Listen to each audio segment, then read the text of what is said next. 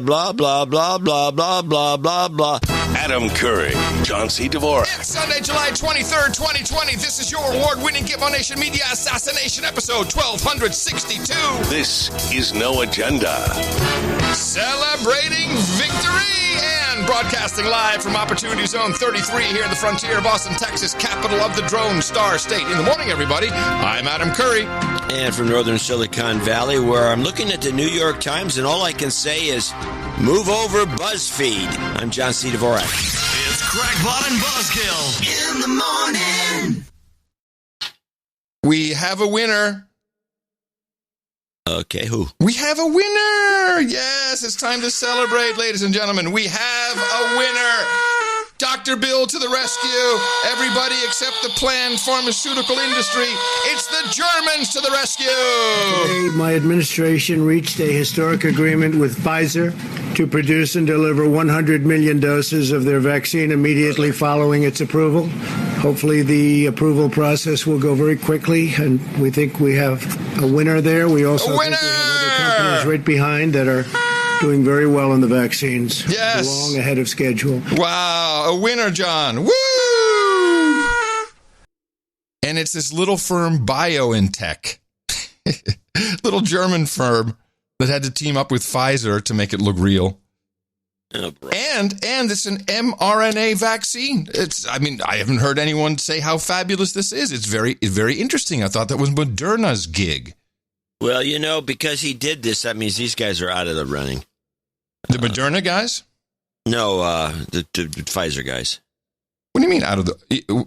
What do you mean out of the running? They just did the deal with Pfizer and BioNTech. Yeah, but because Trump pushed this, yeah, the media and everybody's going to jump all over it, and they're out of the running immediately, automatically. Because of course, if Trump endorses it, then it's the wrong vaccine. Yeah. Oh yes. So you're so smart. This is just getting him out of the way. So, okay. I love this idea. And I was already so curious because no one was saying how revolutionary this was. It was BioNTech, who clearly teamed up with Pfizer for the distribution or, I don't know, sure, the packaging. That's what everyone does. Yeah, licensing. They've got the infrastructure. I'd like to see what the stock did. Oh, the stock, it went public at, I think it went public around 20, and it's now at 100. That's a winner. Yeah. That's what you want to be. Well, I wanted to bring. That's good that you brought this up right away because I have 3 clips discussing a little bit about this, especially what's going on in South Africa with the Oxford vaccine. Yep. That's where we love to test. And so, yeah, they can't seem to get enough volunteers because they can't find enough people that haven't been infected. But there was a couple of things here which warrants an Ask Adam. Oh, okay. Because as we listen to this great news from Pfizer, who will rue the day. Let's listen to just a little background on what's going on in South Africa. This is from Democracy Now! This is the COVID vaccine SA Oxford. About 20 to 22 are in the second phase of clinical testing, and I'm so sorry. Somehow my fingers have been off. I got a new replacement MIDI controller, and I hit the wrong one. We'll cut all that out. No one will know the difference. So I think the first issue with the trial is that what's significant is that the president and the government agreed to offer solidarity and participate in the trial, which is being led by Oxford University through South Africa's Wits University. The difficulty, of course, is one trying to secure a sufficient number of volunteers for the trial, as you correctly point out, within a climate where the numbers of people living with COVID are increasing, and we also estimate that is a significant undercount because our testing strategy has been hampered by the lack of available testing kits. So the criteria for testing has changed, and in effect it amounts to rationing at the moment. The second issue with the trial, which actually is, involves quite significantly a pharmaceutical company called AstraZeneca. And the issue around AstraZeneca's relationship with Oxford, the relationship with the South African government, as in the contractual relationship, including Wits University and clinical participants in other parts of the world, in Brazil as well, is unclear. We calling for transparency in those agreements because on the one hand, if we are going to participate in a trial that is trying to ensure equitable access to a vaccine, if it is successful. What is that? Sounds like there's a quagmire. Nothing's going to work out. Everyone's got an issue with something. Yeah, that's part of the problem. But the second part of this clip is kind of interesting because it actually gives us some actual information. Oh, stop. And it's like, here's an Ask Adam for you. Okay. How many vaccine candidates are out there currently? You mean that are? Wait a minute. Is this the actual question? This is the Ask Adam segment. Yep. Oh, Ask Adam. sorry. Ask Adam. Will he know or will he won't? I don't know, but here we go. Ask Adam. Yeah. Ask Adam. Yeah. All right, everybody. Here it is. Of course, I have all the answers. Now, you say vaccine candidates. Is that vaccine candidates that are currently in trial, or that are just or that are getting ready to go to trial because they've gone through the first two phases? Well, disregarding the phases, how many? The answer to that. Okay. All right. Will be answered in the second clip. All right. Then the first clip is just the pure. How many vaccine candidates? Okay. When people start. All right. If you're in the business, I have the number. If you're in the business, I have the number. Oh, okay. 100. It's a good number. Yeah. All right, play the clip. But we know that there's deep involvement of AstraZeneca, and the terms and conditions between Oxford University and AstraZeneca is not available. And this, you must remember, is only one of a possible 126 vaccine candidates. Oh, so close. I think I deserve at least partial credit for getting into the 310. No. You're off by 20%. So mean. Okay. Now, the ones going to trial are going to be mentioned. The number of that, how many are going to trial, or at least in the second stage of that 126? Well, I have to just say 33. I mean, why not? I'm going to give you credit for that being a very good guess. Yes, but it's not right, I guess. No. Okay, here we this is in this last clip, the phase 2 numbers? Yeah. Okay. About 20 to 22 are in the second phase of clinical testing, and there's a handful of candidates that still will go to phase 3. So now the thing is, though, AstraZeneca, we did pre-purchase $1 billion worth of the vaccine. So they took if they're going to get screwed in the deal, is that kind of their, okay, guys, it's your turn next time. Take a bill. Take a bill from Bill. I have no idea how this works, and the intricacies of it are, I think, unknown to most people because it's part of the great pharma scam. Yeah. So I don't know what's going to happen. Maybe they're going to have two out there both competing with each other. This should be. I think that's the whole. I think they want to have that, and then there's some other vaccine. Forget who did that one. Maybe it's the Oxford vaccine that is just an old school vaccine. It's not. The Oxford is the AstraZeneca. Right, but isn't that the old school? That's not the mRNA. They just did it the old-fashioned way, grew some shit in an egg. I think it's whatever we've heard about before. Whatever it is. They're just testing it down in South Africa. I guess they get a head start on somebody. There's a lot of stuff that is going on. Also with the therapeutics with remdesivir. One of our producers is a lab technician and was digging around documents looking into remdesivir. I'll quote some from his note here. I was curious about the circulating metabolite, maybe, which is metabolite, which functions like an active ingredient, if you will. So that would be the active ingredient of remdesivir. I discovered something very, very interesting.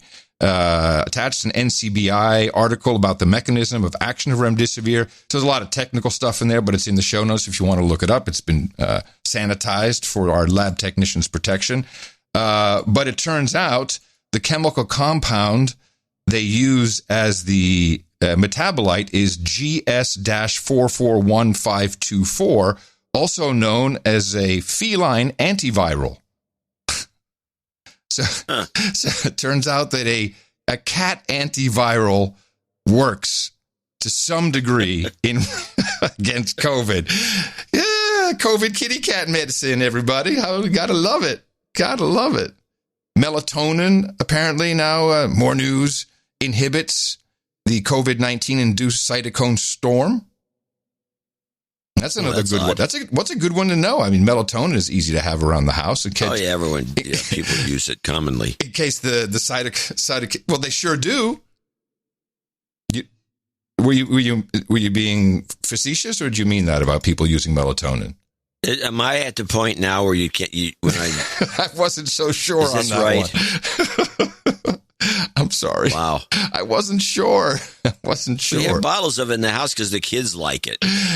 One time, Jay said, you ever take some melatonin before you go to bed? I said, why do I want melatonin before I go to bed? Yeah. It makes you sleep better. I sleep fine. So I was partially right.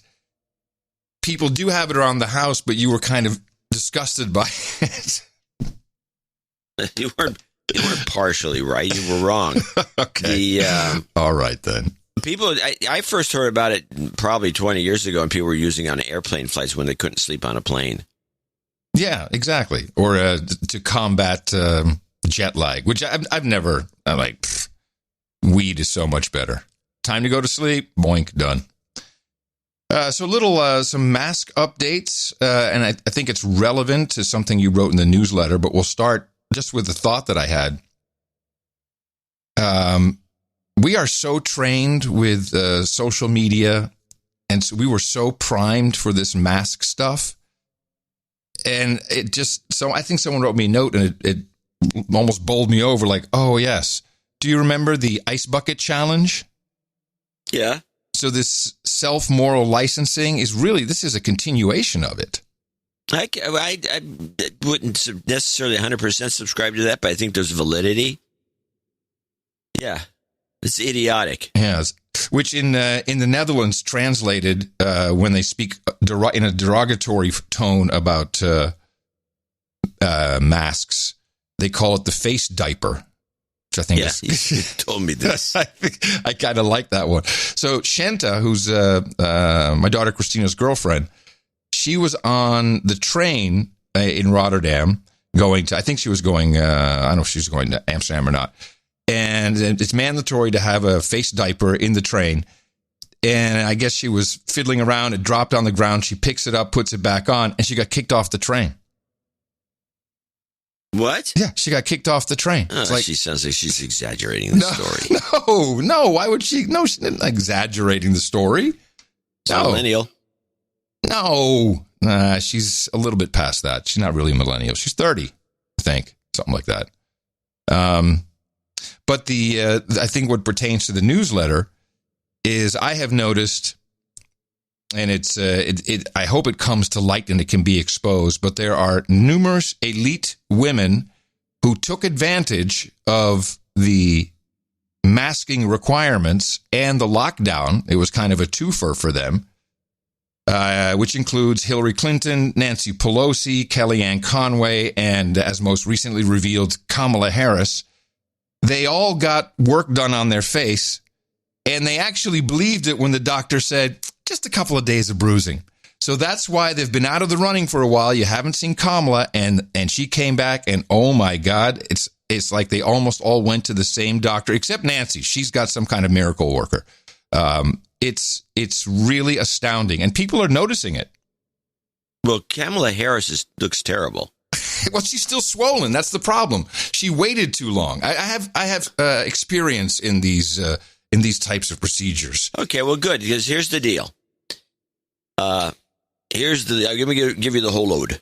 So they have the pictures of Kamala Harris from 7, 8, and then from 8 days later. Mm-hmm.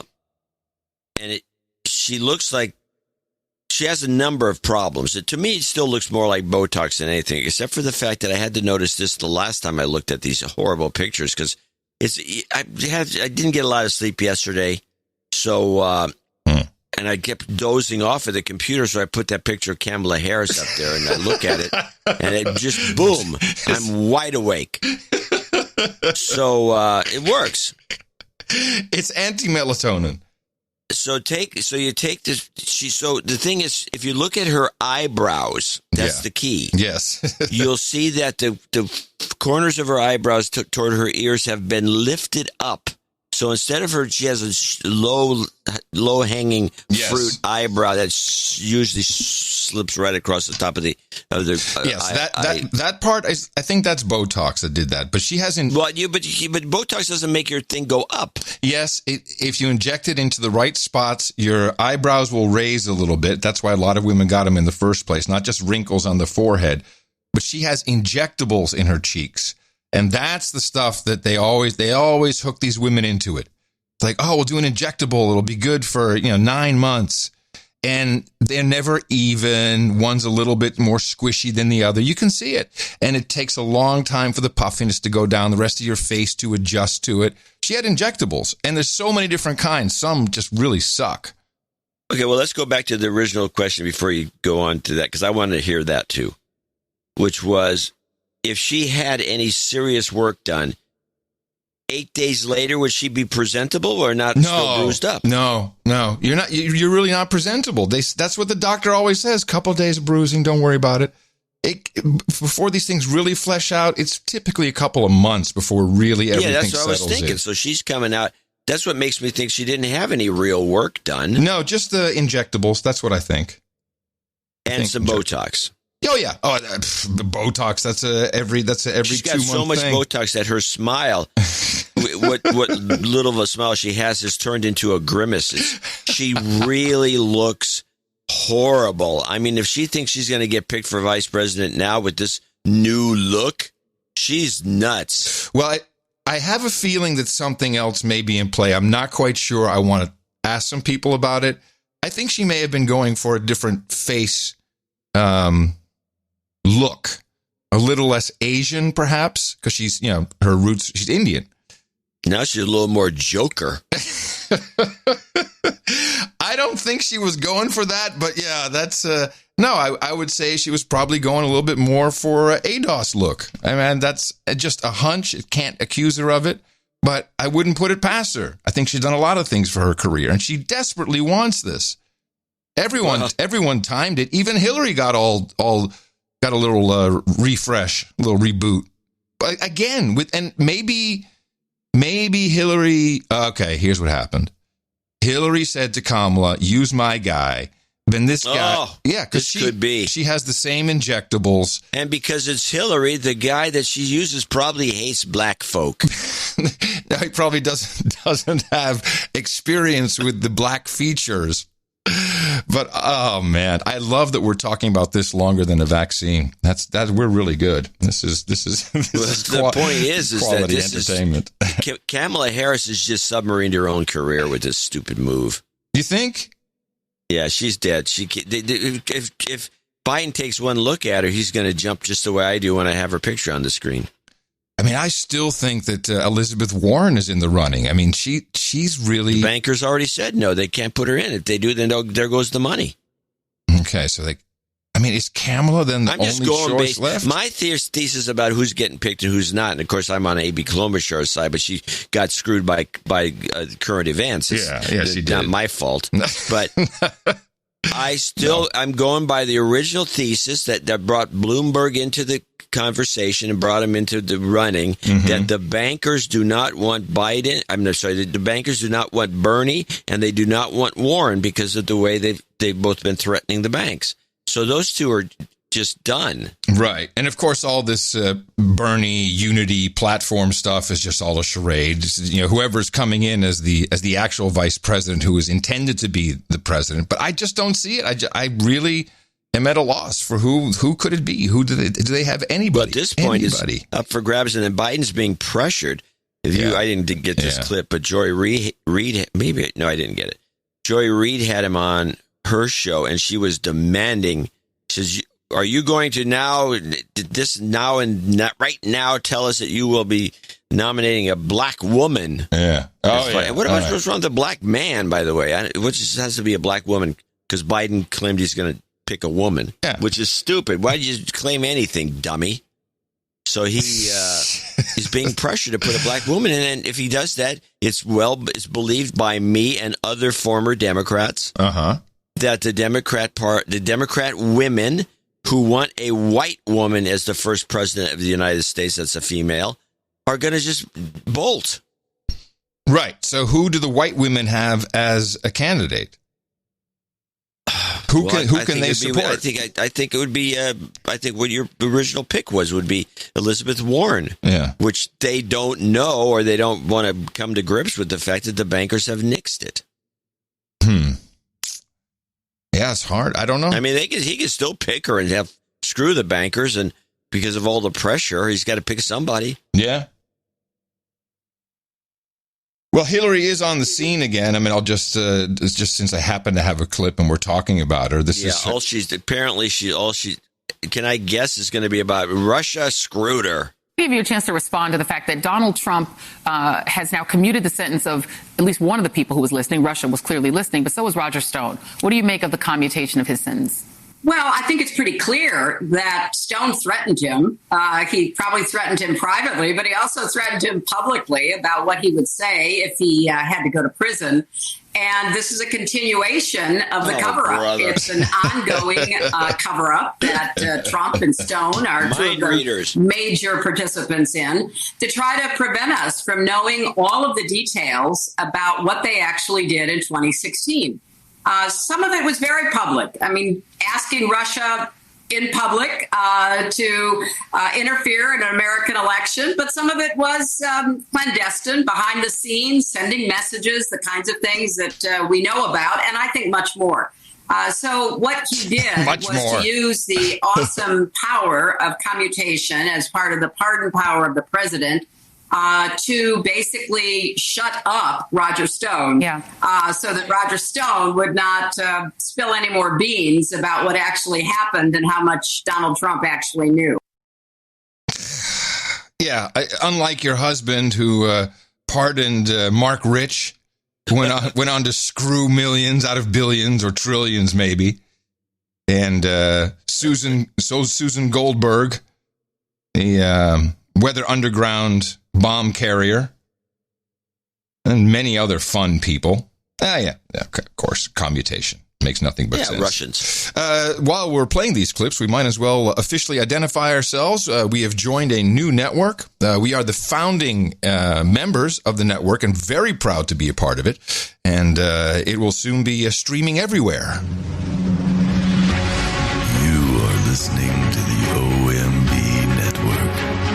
Orange Man bad. Sit with that. You have no idea how many submissions came in for this network. Just an Orange Man Bad Network? Yeah, here.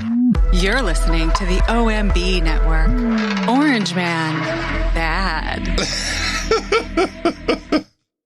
I'm not quite sure if it's R-rated, this network. Well, the way she does it. Yeah, everybody jumped in. So we had Fletcher, that was Dame Jennifer, and Darren, of course. You are listening to the No Agenda Show on the OMB Network. Orange Man Bad. I think we can get investors. Well, in this climate, yeah, we got a few months. I think it's really possible. It could continue. I wanted to dive into something. I alluded to it just a second ago, how Bill Clinton pardoned Susan Goldberg. And Susan Goldberg, we bumped into, I think maybe a couple of shows ago. She was a member of the Weather Underground, and I guess she carried bombs, placed it in government buildings. I don't think anyone was hurt or killed. But it did cause a lot of damage. And she went, I think she had a 54-year sentence, but then got out after 16 years when Bill Clinton pardoned her in 2001, Susan L. Rosenberg. And we ran into her because she is the vice chair of the board of directors of Thousand Currents, which is the nonprofit, which is the fiscal sponsor for Black Lives Matter. Or Black Lives Matter, Inc., I should say. Do you remember we talked about her, Susan Rosenberg? The funny thing is, I remember talking about it, but I don't remember her being the Clinton pardonee. Oh, I just ran into that by accident. That's new information for me too. I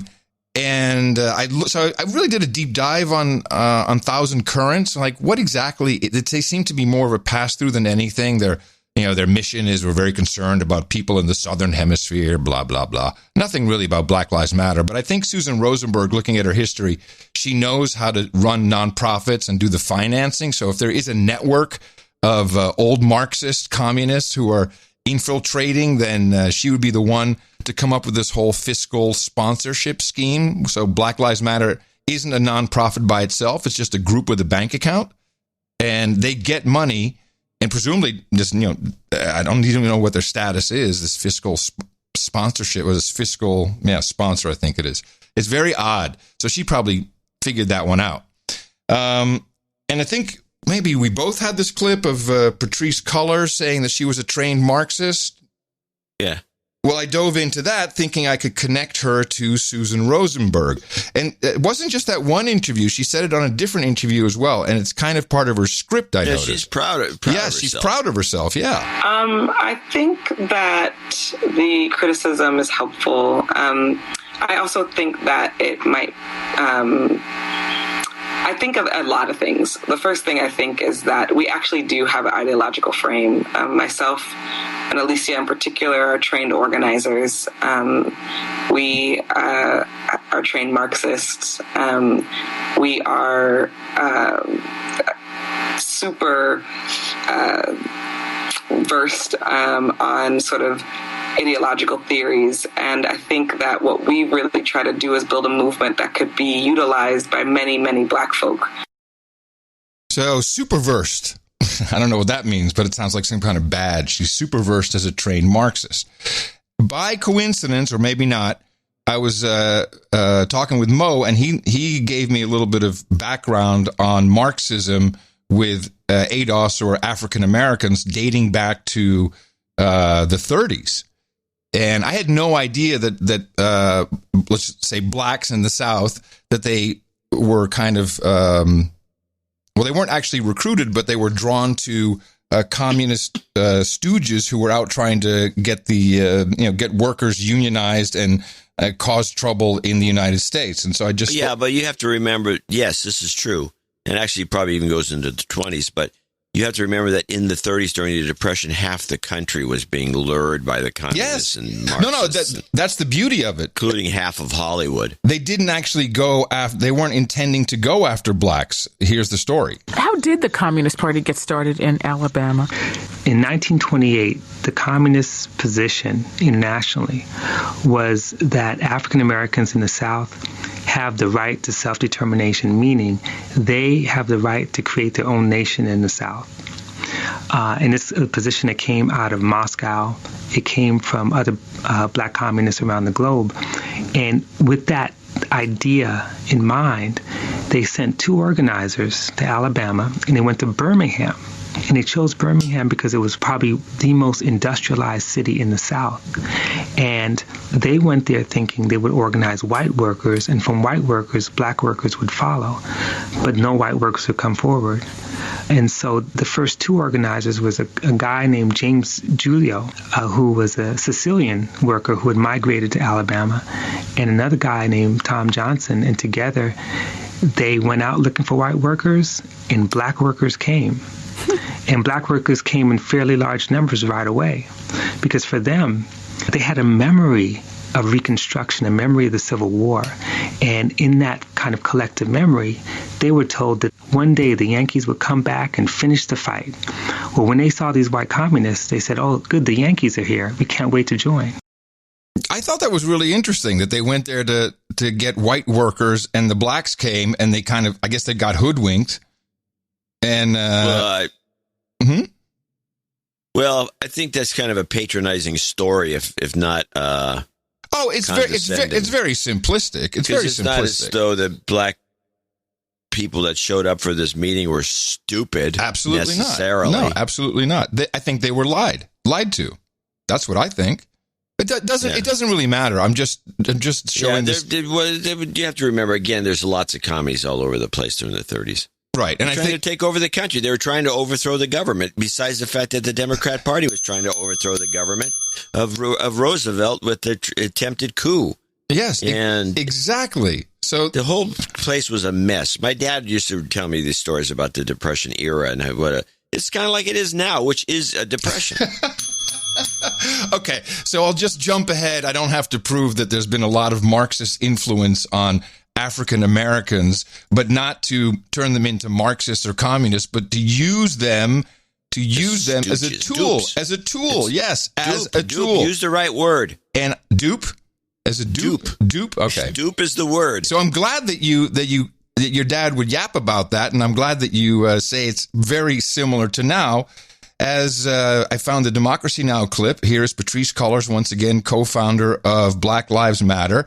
And let's see if we can tie her into any of these groups from, of course, not the 30s, but maybe the 60s, 70s. As you began to develop the Black Lives Matter theme and also talk about the strategy. You mentioned you had come out of the Strategy Center. What was the Strategy Center? Well, I'm a trained organizer. And so I think sometimes people think that because Black Lives Matter is the biggest thing, that's the first thing I ever did. And it's not.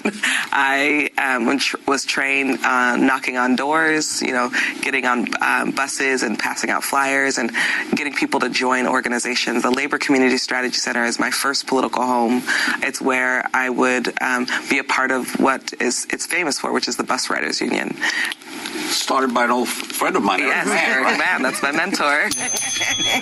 Eric Mann, double N. Does this ring a bell? Oh, it sounds familiar, but it doesn't ring a bell. Another Weather Underground member.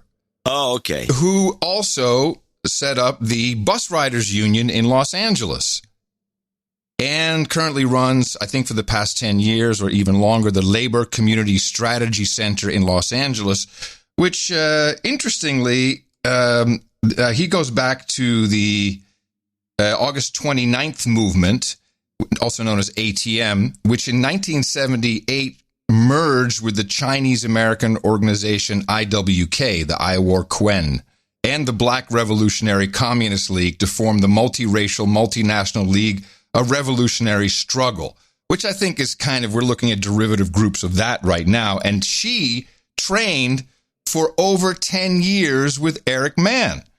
So you got to think maybe she picked up a few tips. So I found a 2010 workshop online by Eric Mann called the Transformative Workshop. It's at a university. I'm not sure which one, but possibly in Los Angeles. And here you can hear where his whole thing is he wants to kill the empire, which is, overturn the government. I think that's kind of what the old Marxist socialists, that's what they always want to do, turn it into the welfare state, get rid of capitalism. But that's called transformation and transformative organizing. The second is that transformative organizing begins by a challenge to the U.S. empire. We live in a country that is running two declared wars at the same time, Iraq and Afghanistan, that is causing misery for basically people all over the world, except in Venezuela, Cuba, and other places where they've been successfully able to resist imperialism. When they talk about getting rid of poverty and people who have only $2 a day, that's based on the United States imperialism imposing its free market economy on the world so that people can't even have water in their own countries. So with these people in our scholastic system and educational system, there's no wonder they turn out hating America. I mean, this guy is speaking at a university. Yeah. He's written books. I mean, there's legion of these people. He says, this is typical of these guys. He says, we're having two simultaneously declared wars. Yes. We had no declared wars. Neither were declared, exactly. But the tactics of the Marxists are well known. It's pit two teams against each other, and then you can control both, and they'll actually work side by side. And it's kind of the way the CIA does it. I think it goes back to Hegel. It's been around for a while, this concept, but you can do man, woman, might sound familiar. You can do race, black, white. But it's not really about the black or the white or the man or the woman. It's about weakening the empire to overthrow it, as he explains in this clip. When I got involved in the movement, it was for civil rights and against the war. And very quickly, civil rights started calling itself black liberation. And the against the war was Vietnamese liberation. So we were part of an anti-racist, anti-imperialist united front, and we all became radicalized. And I think that's what we want to do today, is bring this into low-income communities of color, because we believe that these advanced ideas are not imposing our agenda on somebody. It means that we're somebody, that we have views, we're part of the community. The community is divided. We'll bring those ideas in, and the community will decide if they want them. They're free agents, but it makes no sense to go in and say, I have no agenda, when you do have an agenda. Yeah. And they do have an agenda. The agenda is to overthrow the empire. But these groups, this guy and trained Patrisse Cullors, see race as a tool, or use racial groups as stooges to achieve their overthrow of the empire. Transformative organizing focus on society's most oppressed and exploited classes. It's a strategic alliance. Strategic. We believe eventually that the vast majority of the people in the United States can be won to an anti-racist, anti-imperialist politics. But that's going to be very, very hard, and you have to start somewhere. We start with the intersection of the black and Latino community as a strategic alliance that's central to building a broader multiracial left. And within that, the role of the black and Latino working class, including defining the working class as women in the home, bus riders, prisoners, people on AFDC, yes, factory workers, people at the point of production. But there are many ways to organize the working class besides just as workers, because they're working class every minute of their day. So we have a bus riders union. We have community rights trying to get kids out of the pre-prison system. Those people are just as working class as a factory worker. So it really doesn't matter, as long as they can get a pro and a con group together, they'll use it to weaken the system. And this is the only clip that really matters, this one, because I think that this type of thinking that clearly is in universities, probably in grade schools, and has taken over the woke infrastructure with Black Lives Matter is in fact this dishonest crap that they're doing to weaken society. It's not about race. It's not about LGBT. You think you're special. No, they don't care about you. This is identity politics, which I agree is where the Democrat Party is all in on this. And this is what really matters. He answers the question, what do you actually want? When you're involved in a movement, they always say, well, what do you people want? When you're not, when you go to the police station or you go to the university. So here are some things we want that we think are systematic with transformative organizing. Systematic transformative organizers. Yeah, they're all caught up in these terms. This is 10 years ago, though. This is 10 years ago. It's not that long ago. Well, here we go with the list. The show's older than this guy's speech. Free the U.S. 2 million prisoners. No prisons. U.S. out of Afghanistan and Iraq now. Bring the troops home. Troops home. We want the social welfare state, not the police state. We want 100,000 more buses, new hospitals, mental health clinics and public schools, and 100,000 less police. Sound familiar? Free, safe, and legal abortion with public support and financing, and minors having the right to abortion without parental consent. Reparations for the transatlantic slave trade to the peoples of Africa, the African diaspora, black people in the U.S. It's a long list. Unconditional amnesty and option of citizenship for 12 million immigrants. Open the U.S. border. Open the borders. Full democratic rights and equality for LGBTQ people. All right. Shut down the 810 U.S. bases of military occupation. All right. Stop the traffic of women and girls, which is very related to those 810 bases Probably of true. occupation. Reverse global warming. Stop offshore drilling. Restrict the oil. Global warming. The Bolivian proposal for the Kyoto Treaty that will reduce greenhouse gases to 50% below 1990 levels by 2017. There's your climate change. That's Evo Morales, not Barack Obama. Self-determination and sovereignty for the Palestinian people. Yeah.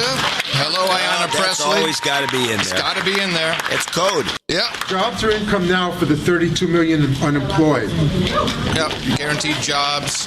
Remove all CIA operatives from Venezuela and other third world countries. Protect the communists. And stop the embargo on Cuba. Get rid of Marco Rubio. And finally, end the war on drugs, the war on crime, the war on gangs, and the war on terror. Okay. So, if it sounds familiar, that's because I think that's been going on. Well, it's very familiar. It's also on the list of the radical abolitionist movement web pages. Yep. It's been there for years. None of this is new. None of this is should be a shock to anybody. No. I'm sure you got the 10-year moment. I bet you go back 20 years, you'll find another example of it that is limited. It's the same, but they put the trendy things in, like climate change and they LGBTQ, whatever. But a lot of people don't realize it. They just say, oh, it's Marxist. It's social. No, they don't really know what they're talking about. And to me, that kind of brought it all into clarity. Okay, when we say this or cultural Marxism, whatever you want, it's this. It's this, and it's not to solve anyone's problem. It's only to ultimately get rid of the police, get rid of the army. Yeah, so they can walk in, I guess, and they prey on weak people. Dummies. And I think Patrisse Cullors was primed, that she was ready to be sucked into this. Listen, this is just a few quick clips about her growing up. And it sounds a little reminiscent of Robin DiAngelo. I grew up queer. I grew up as working class, queer, black woman, and single parent household. No father. My father was in and out of prison, addiction. Both basically all my family is just like the kind of typical life of black working class people. So she's 17. I'm sorry. I don't think that necessarily being a drug addled is a life of typical black working class people. No, that's her generalization, but this is her recounting the story. Way, she's a wreck. Everything's, she put the checklist down. Let's follow what she has to say. She's obviously the one to follow because of her background. This is like insanity. But okay. So let's follow her for a second, because you're going to see the model is there. This is the easy prey. I think for me, when I came to the organization, when I was organized into the organization, I was... Ooh, how about that for some cultish language, huh? When I was organized into the organization. I think for me, when I came to the organization, when I was organized into the organization, I was 17 and a half. I was really angry. And I didn't have a direction. I just was spewing anger. I was angry at what I bared witness with my family and police brutality. I was angry that my mother had to work 3 jobs and she never slept. I was angry that just like there were so many things that I was looking at and so many things that I was angry about. And Damon Azali and Jaron Brown, who's in the room today, who's a part of Power, who I joked with, I said, hey, remember how I was 17 and a half and you organized me? Organized me into the bus riders union at the time. And what actually... it's cult code, or they're laughing about it. You remember when you organized me? There's obviously some kind of ritual or something they do. That sounded like she got laid. Caught my attention. I was... they had showed a 10-minute clip of the bus riders union, and there was the scene in the film where there's a black woman organizing on the bus, and there's a Korean woman organizing in the back of the bus. And the black woman is speaking Spanish. And I'm like, wait, what? And then the black woman turns to a Korean grandmother and goes, oh, Korean? Calls to the Korean organizer in the back and is like, we have a Korean speaker, can you come organize her? And I was sold. Organize her. I was like, that's what I want to be a part of. That right there makes sense to me. So... That using it as a verb that way, organize me, is weird. That's cultish stuff. Remember when you organized me? Code. Yeah. It's code. Anyway, so the bottom line, this is her real issue. My life hasn't really changed much. My brother's still in prison. My father passed away in December, and what I say of racism. He was only 53 years old, and he passed of racism because this country killed him. Okay, so there's some hatred there. Some severe hatred issues. This country killed him. So no wonder. And she is organized. So all of this it's a cycle, I guess, except now we have the social media network aspect to it, and that cranks up the noodle gun, which is yeah, and you have the lethal. Dummies that are all in on this thing because we have to destroy the country, we should overthrow the government, which is really what this boils down to when it comes, because that's what they say. Yes. Why would you? So you're, in other words, especially you're in college, in the university somewhere, and you can actually afford to go to one of them, and you want to overthrow the government because you will benefit in some way? Is that because you can benefit, or for some? I mean, what is the point? This is a very interesting fog that they've established. Oh, that yeah. People are roaming around stupidly.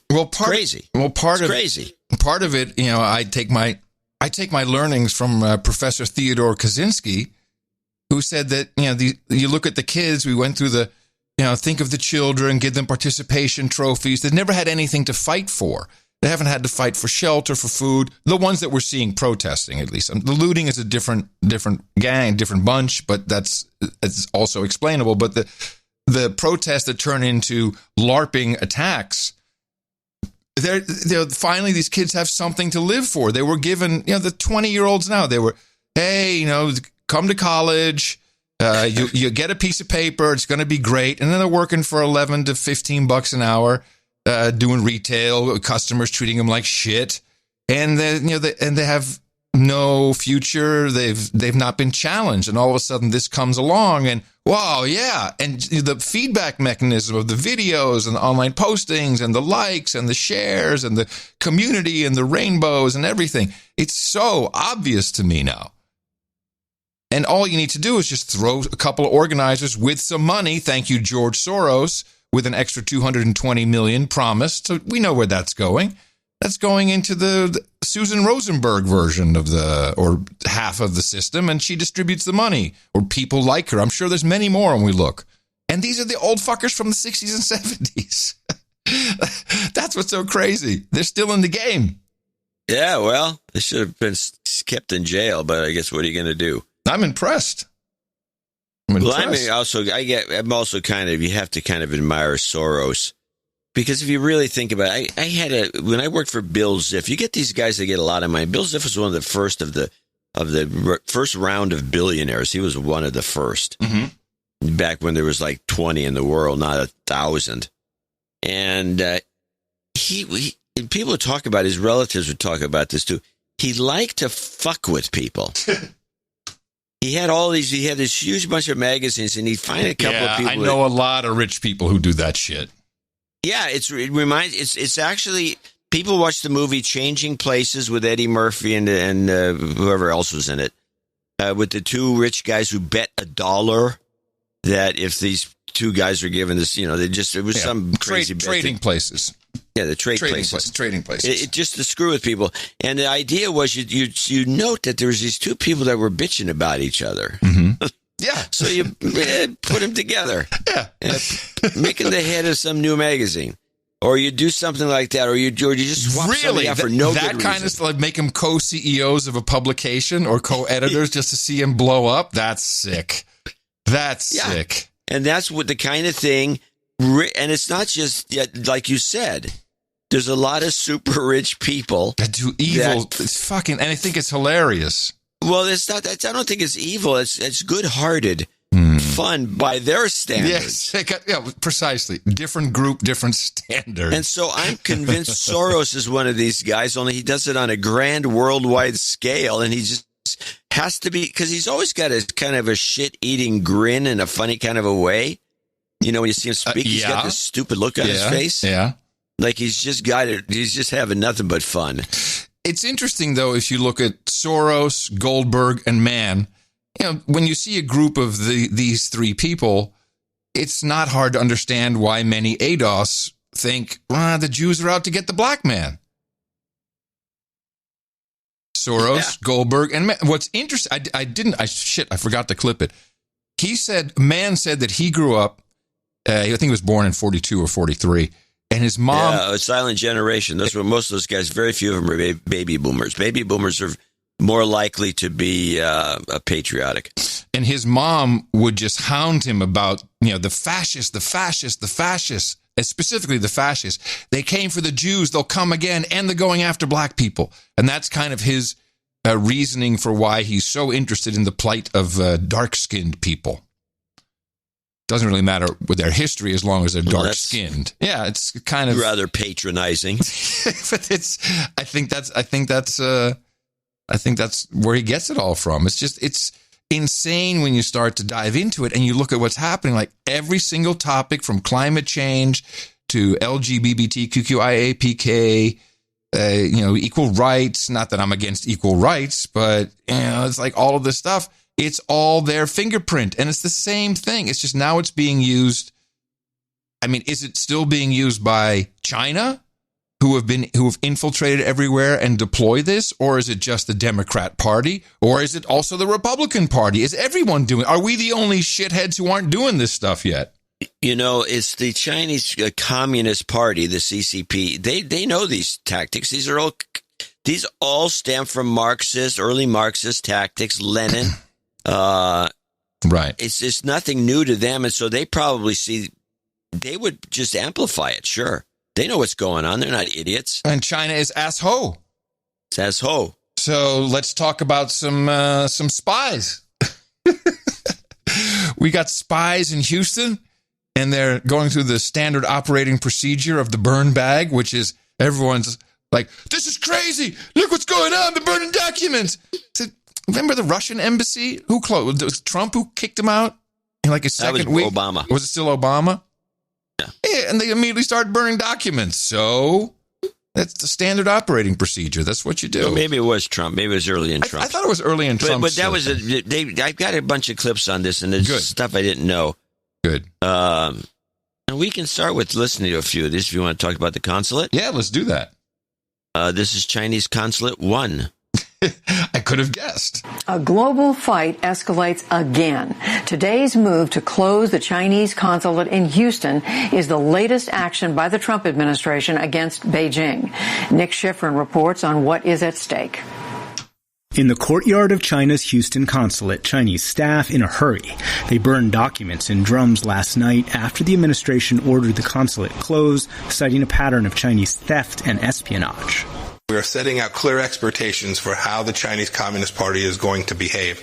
And when they don't, we're going to take actions that protect the American people. Administration and intelligence officials tell PBS NewsHour the Chinese have used the Houston consulate as a hub for espionage. Just yesterday, the Department of Justice for the first time accused Chinese hackers of working for both personal gain and the Communist Party. China has now taken its place alongside Russia, Iran, and North Korea in that shameful club of nations that provide a safe haven for cyber criminals in exchange for those criminals being on call for the benefit of the state. But senior officials tell PBS NewsHour today was also about diplomatic reciprocity. In January, out of fears of COVID, the U.S. evacuated its Wuhan consulate. It has not reopened because of a dispute over whether U.S. employees have to quarantine and take COVID-19 tests upon arrival at Chinese airports. Longer term, U.S. officials say they want to reduce their footprint in China. In addition to the Beijing embassy, the U.S. has 5 consulates on the Chinese mainland and the Hong Kong consulate. Senior officials say they've accepted the likely permanent closure of one consulate and intend to move it elsewhere in Asia. It's really no wonder when you listen to these news reports, and I wonder who was doing that reading, what the station it was on, because there's no wonder that no one gives a crap about China, because it's really not compelling the way it's delivered. The hell? What station is this? That's your PBS NewsHour. Hello. Oh, my God. That's really so exciting. I don't know why people don't listen to it, but we did report on the story, but I just spoke it this way, and then no one really paid attention to me. I'm pretty good at that. Get that voice down. You nailed it. You can go to work.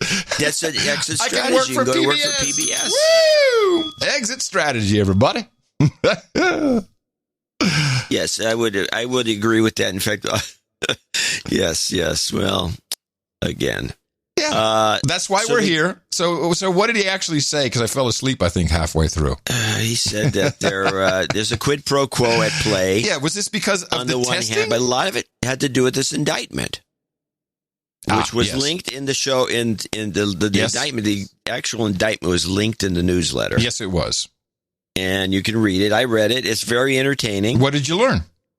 I learned that these guys are bad actors. What were they They're doing? Stealing us blind. They've been doing it for 30 years, apparently. And nobody's done anything about it until Trump came along. And it was going to continue until we just basically had no industry. We moved everything, all industrial manufacturing and everything to China because it was cheaper. I'm really amazed no one is so outraged like you are, because probably they didn't hear it when I was telling them the story about what was going on with China and Chinese spying. Okay, you get the gag? Okay, good. Yeah, the gag's good. Chinese consulate too. I can't wait. There you go. More. Security advisor Robert O'Brien on the ideology of the Chinese Communist Party, or CCP. The CCP's stated goal is to create a community of common destiny for mankind and to remake the entire world according to the CCP. FBI Director Christopher Wray. If you're an American adult, it is more likely than not that China has stolen your personal data. And Attorney General William Barr. The ultimate ambition of China's rulers isn't to trade with the United States. It is to raid the United States. U.S.-China relations are at their lowest point since relations began in 1979. Take the case of Houston. The eyes of Texas were on Deng Xiaoping today. In 1979, then Chinese leader Deng Xiaoping visited the city and the Johnson Space Center. Houston was the first Chinese consulate in the U.S. But while some China watchers worry about the confrontation, the Trump administration says it's overdue. For an awful long time, our policy simply reflected allowing China to engage in behavior that was radically unreciprocal, enormously unfair to the American people, and frankly put America's national security at risk. And so we have begun to turn that around. It's interesting that PBS did pick a couple of quotes from Barr, the piece that we played, but just one or two quickies. Didn't put any of the Nazi talk. He didn't get any of the good stuff, and he didn't get anything good from Ray. But by the way, it was interesting in that clip where you had this monotone guy you've been ridiculing here, and talks like this, and then they throw back to a clip from the 1970s where it was CBS. The eyes of Texas are on. Yeah, exactly. I love that. And then Deng Xiaoping. Hey, wait. Do Deng Xiaoping to the stage. Yeah. Okay, never mind.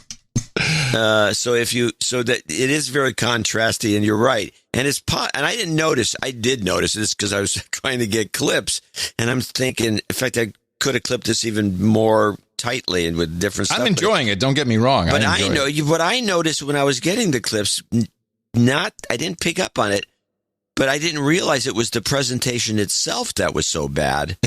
Not the material. Yeah, the material is pretty good. But once you pointed it out, it's hard. This guy is a monotone loser. Blah blah blah blah blah blah blah blah blah blah.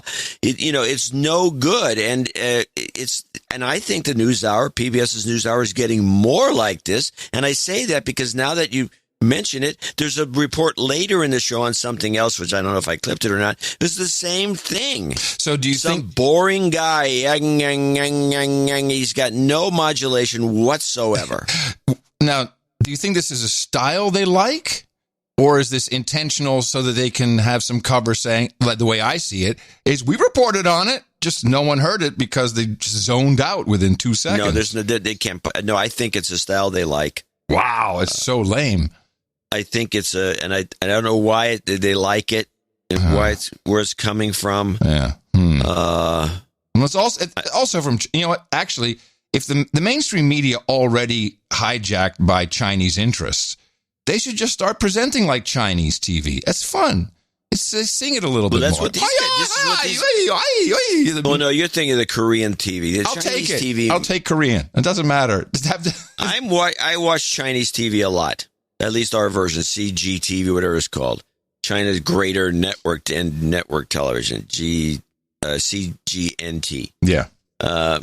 And They have a lot of monotones on there. There's one woman who's considered, I think, the best of the interviewers, and she's pretty bad in terms of the monotone presentation. It's possible that they're already this may all be Chinese influenced here on the PBS. It wouldn't surprise me. Let's put it that way. Let's play clip 3. Many other countries share our concerns about China, the challenges that it poses to international law and order. Okay, stop. I got to set this clip up. All right. So clip 3 is this went on for a long time. They brought a couple of people on. An old State Department hack who worked for. I think her name is Thornton. She worked for. I think she came out of the Obama administration, but she was kind of neutral. So they kept her on as an assistant secretary, and they were going to bump her up after. And Tillerson kept her on. I like her. Okay. So Tillerson keeps her on, and she is. She's a real dud. And Tillerson keeps her on. And when Tillerson goes, they're going to bump her up because Trump's thing is, he puts these people in positions, and when they get rid of one of them, they just bump the next one up. Yeah, just temporary. Easy. They become acting for a while. Yeah, it's easy. Yeah, and then it's real easy to put. There's a problem like the DHS now. We're getting some problems and pushback. It's acting. We'll get a new guy. Yeah. No, it's something of a Trumpian scam. He does a good job of it. It's a style. Yeah. So it's a management style. So they put this woman in. They're going to bump her up because Tillerson quit, and is irked because he didn't do anything. Yeah. And it was Trump's fault. And so she's going to be bumped up. And no, they made it. It was actually Rubio that's the main cause the stink. No, this woman is not going anywhere because it turns out, according to Rubio and the rest of the conservative Republicans, she's just pro-China. And the monkey comes out of the sleeve. And so that was the end of her. And so she got booted, but she bring her on to this. And then she's counter to a guy. I think his name is Chang. He's an author, and he's a Chinese. Lived in China for 20 years. Gordon Chang. I have a clip of him too.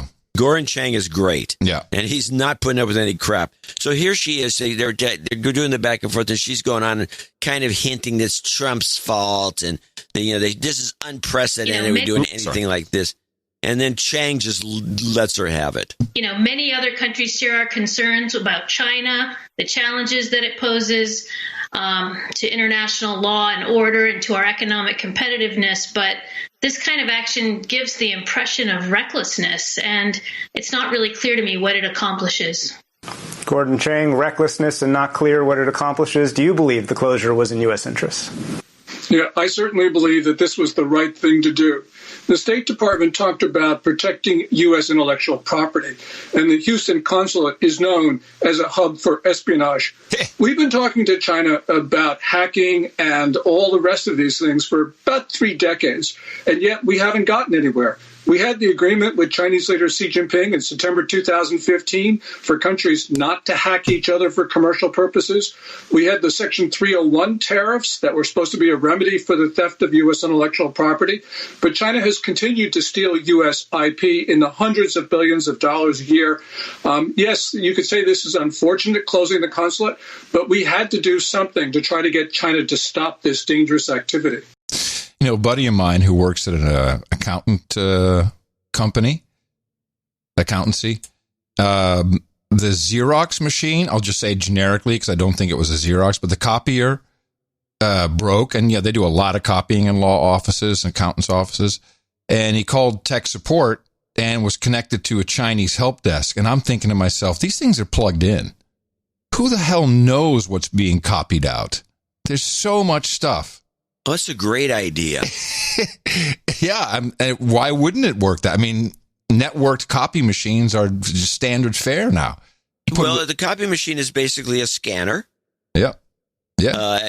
There's old-fashioned one. If you go back to the original Xerox, you could say, well, it's kind of a scanner, but it's not the kind of scanner that we have today. Yeah. But you have it scans and then makes a copy, and the scan could easily be sent down the wires. Well, there's even cables that have little bits of firmware in it, apparently, that can capture stuff and send it off to nefarious IP addresses. There's a lot of espionage going on. But, of course, we also do have Gordon Chang. There's a number of Chinese dissidents who are clearly, working with Trump. I think Steve Bannon Banyan is working for one of these Chinese billionaires who runs some other anti-China television network, and he'll create his movies, what he calls a movie, like a YouTube movie. China bad, China bad. Oh, actually, he only says CCP, CCP, CCP. It's not the Chinese people. And I don't give all the Chinese people a pass anymore. You got the internet. Come on. Get on the stick. Help us out. You want to hear what Gordon Chang says in my clip? Yeah, I'd love to. He's great. Well, the State Department said the reason it was shut is because it was involved in intellectual property theft, and they also wanted to protect the information of U.S. individuals. Also, there are stories that this consulate had links with protest groups in the United States providing financial and logistical support. That's unconfirmed. But what is confirmed is that the Chinese Foreign Ministry and the Communist Party's Global Times have been engaged in a malicious disinformation campaign, deliberately stoking racial tensions in the U.S., and U.S. Customs has seized items coming from China this year that would be very handy for protesters. Well, now, unconfirmed, but... Like what? I don't know. I have no... Maybe helmets and gear, stuff like that. They always seem to have interesting gear. Bricks, Chinese bricks, maybe? Chinese bricks. So it's not just the consulate in Houston that is a problem. It seems we have an issue in San Francisco as well. This investigation stems from a move by the Trump administration earlier this year to go after researchers who are here in the United States on student visas but have proven ties to the Chinese military. This woman, named Zhuang Tang, was a researcher at UC Davis. Her visa application stated that she never served in the military, but the FBI claims an investigation revealed pictures of her in a type of uniform from the People's Liberation Army. A further search at her home allegedly revealed evidence on her electronics of her affiliation, according to the FBI. And they say that on June 20th, she went into the Chinese consulate in San Francisco, where she has been ever since. 2 more students were named in the court documents. Cheng Song was charged with visa fraud. She researched neurology at Stanford University. Her 2018 visa application claimed that she ended military service in 2011, but the FBI says that she is in fact a PLA member. And Xing Wang was a researcher at UCSF. During an interview on June 7th, he admitted to being an active duty member in the PLA. They claim that he was instructed by his supervisor in China to copy the layout of the UCSF lab to replicate it when they got back home, and that his devices found studies from UCSF that they allege he planned to share with his PLA lab. This news comes as the Chinese consulate over in Houston, Texas, was ordered to close by the Trump administration today. Live in the newsroom, Ella Sigamonian, Kron 4 News. Donald Trump don't trust China. China is asshole. They're here. They're spying on us. And yet there doesn't seem to be, oh no, Russia. Roger Stone. That's a great story. I'm going to give you a clip of the day because that was unknown to me. Oh, thank you. And it's your backyard. I know. I'm embarrassed. Nah, you don't have to be that embarrassed. Why would they cover it here? That would be crazy. Russia, Trump, Orange Man bad. We all know that. I did pick up an edit of Pompeo's speech about China's asshole in UK. It's about a minute and a half, and just good to hear him reiterating the points as the all of government and hopeful. They wish for the all of society effort moves forward to expose China. We, of course, began with the challenge presented by the Chinese Communist Party and the COVID-19 virus that originated in Wuhan, China. On behalf of the American people, I want to extend my condolences to the British people from your losses from this preventable pandemic. The CCP's exploitation of this disaster to further its own interests has been disgraceful. Rather than helping the world, General Secretary Xi has shown the world the party's true face. We talked about how we've seen Hong Kong's freedoms crushed. We've watched the CCP bully its neighbors, militarized features in the South China Sea, and instigate a deadly confrontation with India. I want to take this opportunity to congratulate the British government for its principled responses to these challenges. You made a sovereign decision to ban Huawei from future 5G networks. You've joined other free nations to condemn China's broken promises on the Sino-British Treaty. You generously opened your doors to Hong Kongers who seek nothing more and fleeing just for some freedom. And yesterday you suspended your extradition treaty and extended your arms embargo on China to Hong Kong itself. We support those sovereign choices. We think well done. I'll meet later today with Hong Kong democracy advocate Nathan Law and Sir Chris Patten, the last governor of Hong Kong. I'm sure those will be eye-opening and important discussions too.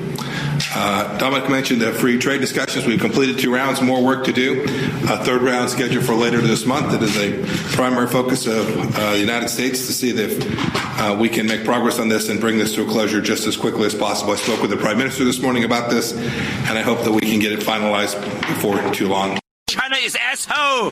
Yep, the message is very clear. And just to make everything crazier with, and they're very consistent, the Chinese virus, they're not even saying Chinese coronavirus, just the Chinese virus. I'm reading here in front of me from PubMed, which is the National Institute of Health publication website. And I'm not sure how this is vetted or any of it. From the Journal of Biological Regulators and Homeostatic Agents, a study and research. Are you ready for it? You may want to sit down. I'll read the abstract verbatim. In this research, we show that 5G millimeter waves could be absorbed by dermatologic cells acting like antennas, transfer to other cells, and play the main role in producing coronaviruses in biological cells. What? Yeah. This has got to be a spoof. How did they get this in here? This has got to be a spoof. This is so good. I mean, it is on the NIH.gov website. I'm sure of. So you got the right. You're not spoofed on the website. No, it's not spoofed on the website. So it goes on to say DNA is built from charged electrons and atoms that has an inductor-like structure. The structure could be divided into linear, toroid, and round in inductors. Yeah, okay, I'm there. Inductors interact with external electromagnetic waves, move and produce some extra waves within the cells. I don't like that, some extra waves. What is that? The shape of these waves are similar to shapes of hexagonal and pentagonal bases of their DNA source. Something's dubious about this. These bases could join to each other and form virus-like structures such as coronavirus. Well, it is true. We do create our own coronaviruses. To produce these viruses within a cell, it's necessary that the wavelength of the external waves be shorter than the size of the cell. Thus, 5G millimeter waves could be good candidates for applying in constructing virus-like structures such as COVID-19 within cells. I'm confused. How can this be? This is Put that aside. We'll work on it. That's nuts. We have listeners. We have producers out there that know for sure. I mean, but it fries my brain when I see that on that. It's like, no, come on. I'd already written that one off. Just like nih.gov.onion. I kind of looked for that. It's not even the Onion anymore. Ever since the Onion got taken over by Jezebel. Oh, really? Did they buy it? It's in that same group. Yeah. So now it's the Babylon Bee. If you want humor, you got to go to the Babylon Bee. The Onion's no good. Oh, Babylon Bee is fantastic. Hey, there's one thing, a note that I got from Sir Loin. The wife and I have noticed a very strange occurrence.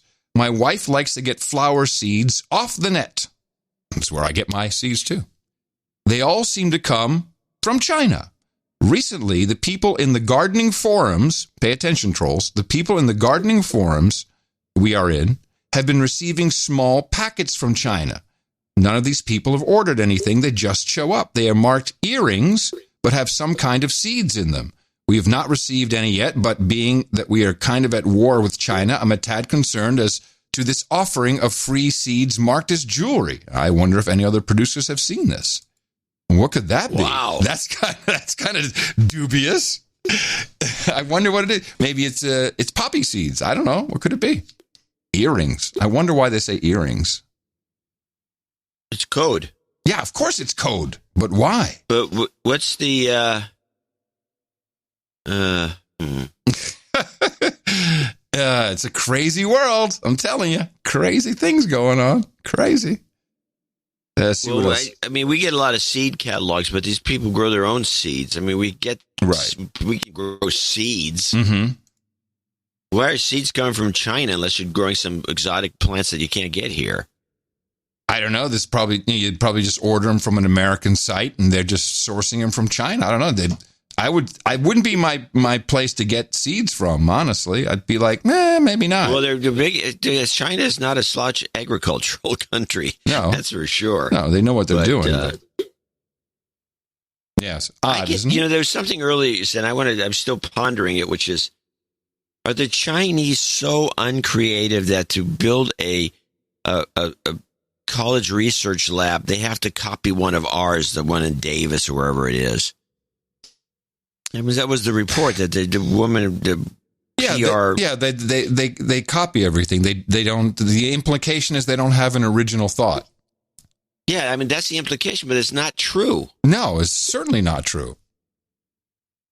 But maybe they skimp around. Let us do the hard stuff. Just maybe low self-esteem as an entire culture. That we can't build a lab layout unless we copy. You know what? Very possible. It's very possible that's cultural. Like that's not what we do. We copy and we recreate. That can be a culture. I believe that. If that's all you know, it just stuns me that they.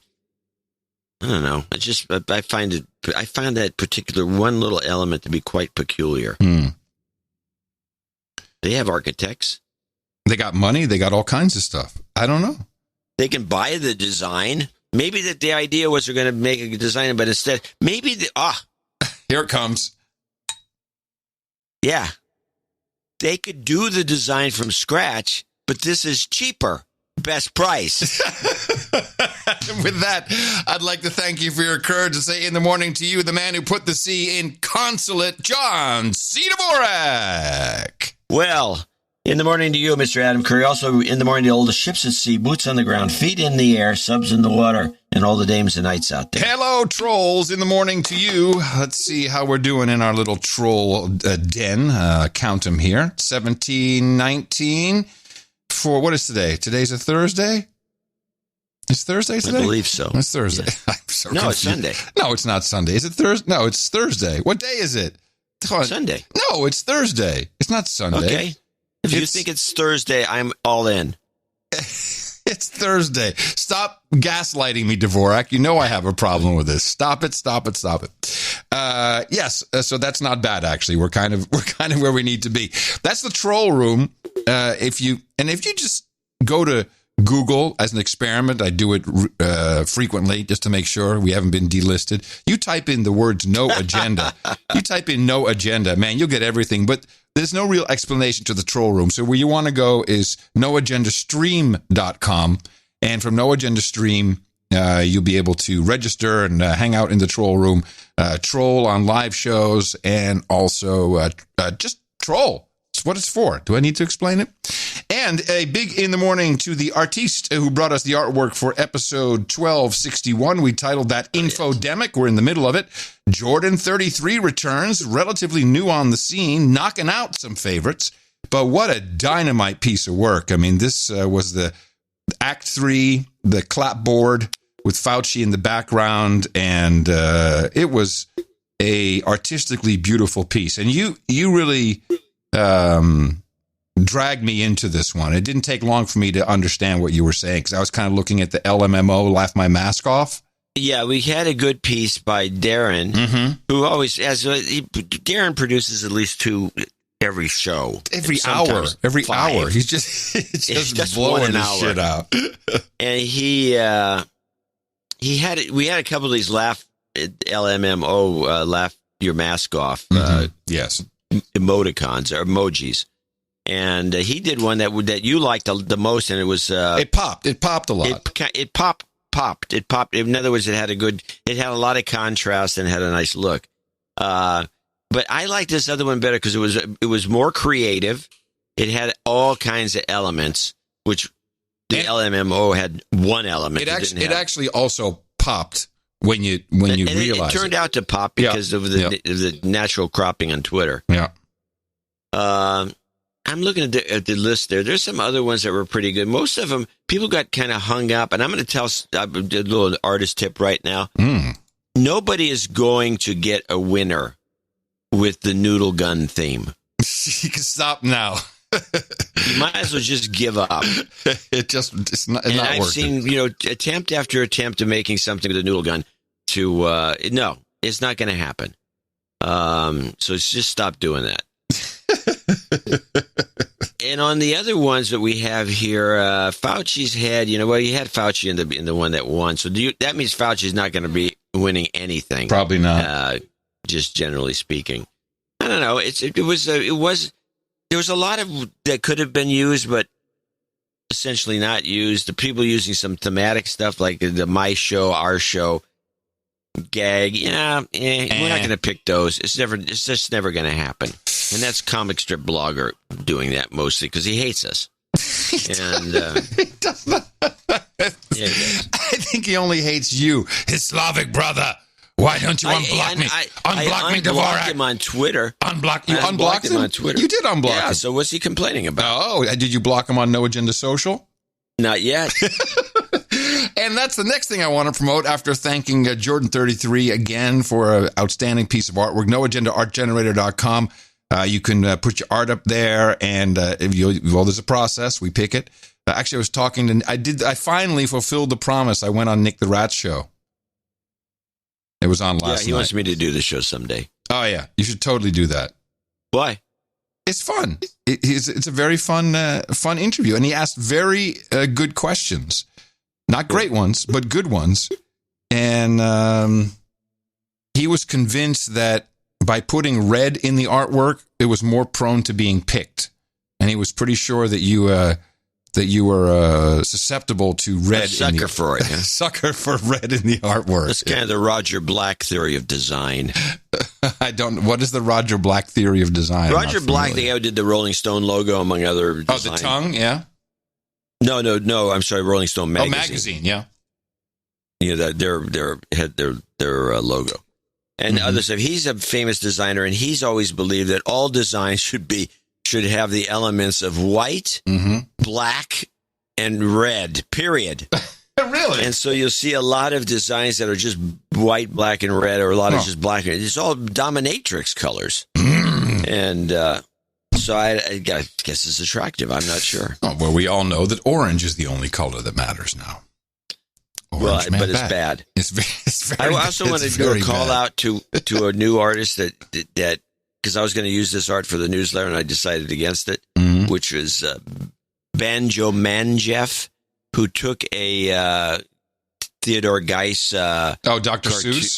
Seuss cartoon, and he took a regular cartoon and he put masks on two of the asks and it's on the list there. You can see it. I think it's a wonderful piece. It is derivative to a point.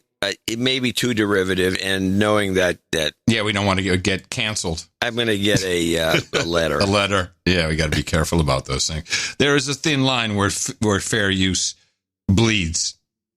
Yeah, and we try to ride the line a little bit, but when in doubt, throw it out. But I'll tell you, there's no one I'd rather ride the line with than you. Wow. Well, there's no one I'd rather ride the line with. Okay. Travis Mercer. Thank you. In Charlotte, North Carolina. Get me out of here. Yes. What does Travis say? Travis says $667.77 is what he says. Oh, okay. ITM Gents, he's a top donor for today's show, 1267. ITM, thank you for doing the work. I have decided to become a knight in the guild. My good over evil 66777 donation gets me a seat at the table. I shall henceforth be known as Sir Tactician from the Fresh Coast.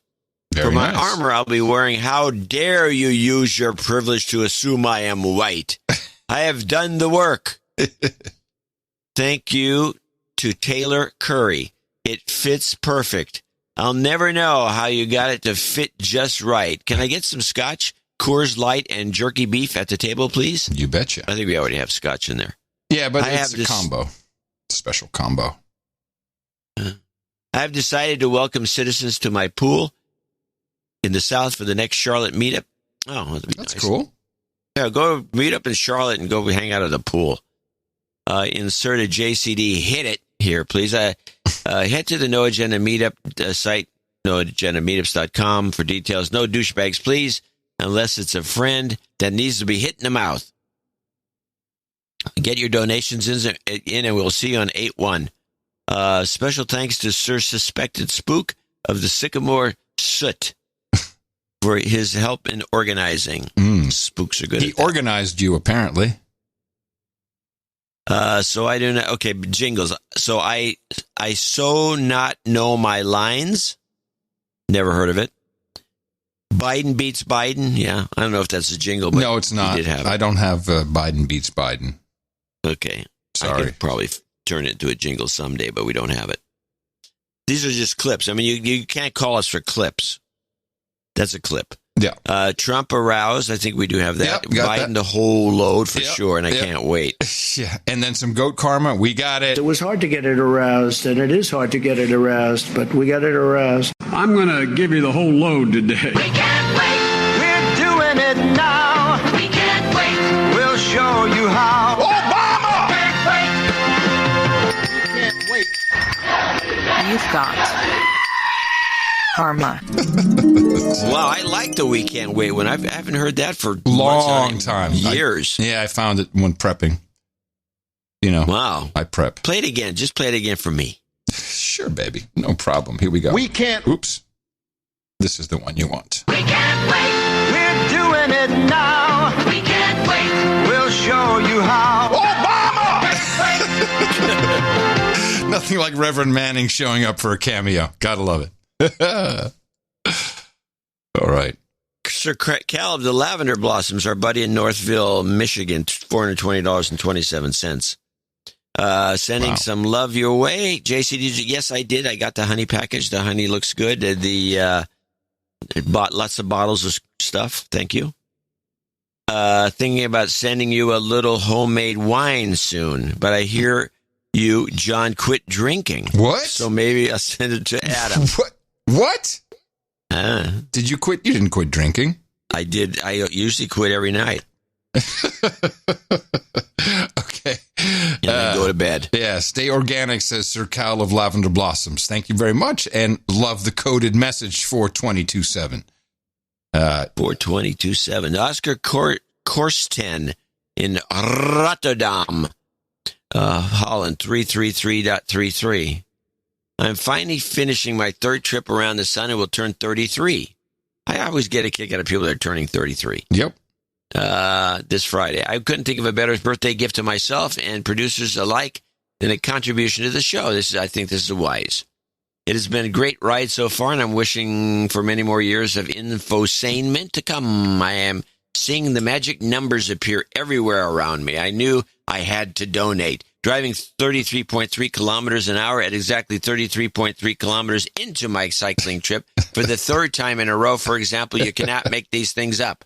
You can actually make them up. You can, but it sounds unlikely. Since this is my first contribution, please de-douche me. Mm-hmm.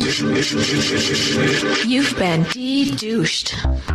And call out Hans his sink as a douchebag. Douchebag. In honor of the great Kaylee, I would like to end my message with a question for you. Since the saying goes, quote unquote, who controls the past controls the future, there's nothing more to ask then. What is your agenda? I can tell you. Okay. The agenda is to have no agenda.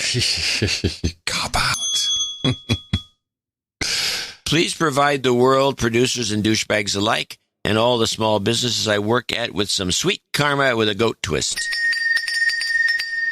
You've got karma. Quickly dropping to associate executive producer with Brian McDonough in Coppell, Texas, 220. Or is it Coppell? I don't know. I think it's Coppell. Hello, gents. Love the show. Thanks to the show, my amygdala remains an acceptable size, and I continue to point out the bias in the M5M to the wife as appropriate. My Mimi once said, if you ever call me the wife, I'll shoot you. Okay. Noted. Inroads are being made. In my last donation, I requested bowling karma for my human resource for a bowling tournament in Vegas last February. It was effective. He averaged 202 over 15 games, which is pro level. Really? In an outstanding showing, and finished second in the under 12. Wow, he's under 12. Under 12? That's nice. Is it still regulation length? Is everything the same? Yeah, no, it's the same game. I was bowling when I was 12. I know. That's why I asked you. You have your own balls. I do. I have my own balls, like most people should have their own balls. Since then, he has bowled a 289, and that's nice. So he hasn't hit the 3. He'll hit a 300 if he's this good. Wow, and this is the one that gets me for an 11-year-old or however old he is. He shot an 8-13 3-game series in a league. That's unbelievable, by the way. I've never shot an 8-13, and I know very few people. I know very few people. Shooting 800 in a 3-game series is quite remarkable. Wow. Of course, nowadays with the balls have got weights in them. They're different than when I was a kid. We actually had real. It had to be a solid ball. It couldn't be. Oh, so you can have a rigged ball? Yeah, the kind of rigged balls that used to be illegal are legal now. Yeah. Wow. Okay, it doesn't matter. He's an 11-year-old. He's an 11-year-old. This is crazy. Beside the point. I don't care. Yeah. Shooting an 8-13 is nothing trivial. He was playing. By the way, I don't think anyone's officially shot a 900 ever. No, so I don't think it's. You have to shoot 3 perfect games in a row. It's almost impossible. He was planning on doing more tournaments, but every event was canceled due to the Rona. Unless he's able to compete this weekend in Nashville in this donation of $220, which, if he were to average that for the upcoming tournament, should be enough to, I would think, to win what would be his last competition in this age group. And so I humbly request bowling karma for my human resource. Okay? Wow, that's a great story. What a great kid. No Agenda Nation. No Agenda Nation, man. We rock. We got the best people. You've got karma. Of course, the kids. I'd go practice up and get my game back up to something decent, and I'd want to play him someday. Why don't you do that? I'd love to go bowling. I never think about it, but you've got balls, everything. You know how to do it. You know where to go. Yeah, you should get some balls at him. They don't cost that much. a good ball. I think you get I don't know what the current prices are, but I think you can get a good ball and you can have it weighted so it hooks a lot. Probably for, I don't know, under $100, surely. Oh, okay. And a bag. I need a ball bag. You need a bag, and you need, most importantly, you need shoes. Shoes. Oh, really? Is that the most important thing of the outfit? Yeah, you don't want to rent somebody's stinky old shoes. No, that's actually one of the reasons I don't like going bowling is the stanky ass shoes. Nasty. Yeah. They spray them. Stephen Riley, $202. Here's the second installment of my Road to Knighthood. Thanks to my daughter, Andra, and my sister, her Aunt Barb, for getting me going. No jingles, no karma. How nice. That's a very nice family. And thank you, daughter Andra. Very, very smart. And don't forget Barb. That's Black Knight Sir Mark Magpio in Cerritos, California. $200. John usually gets it right. Magpio.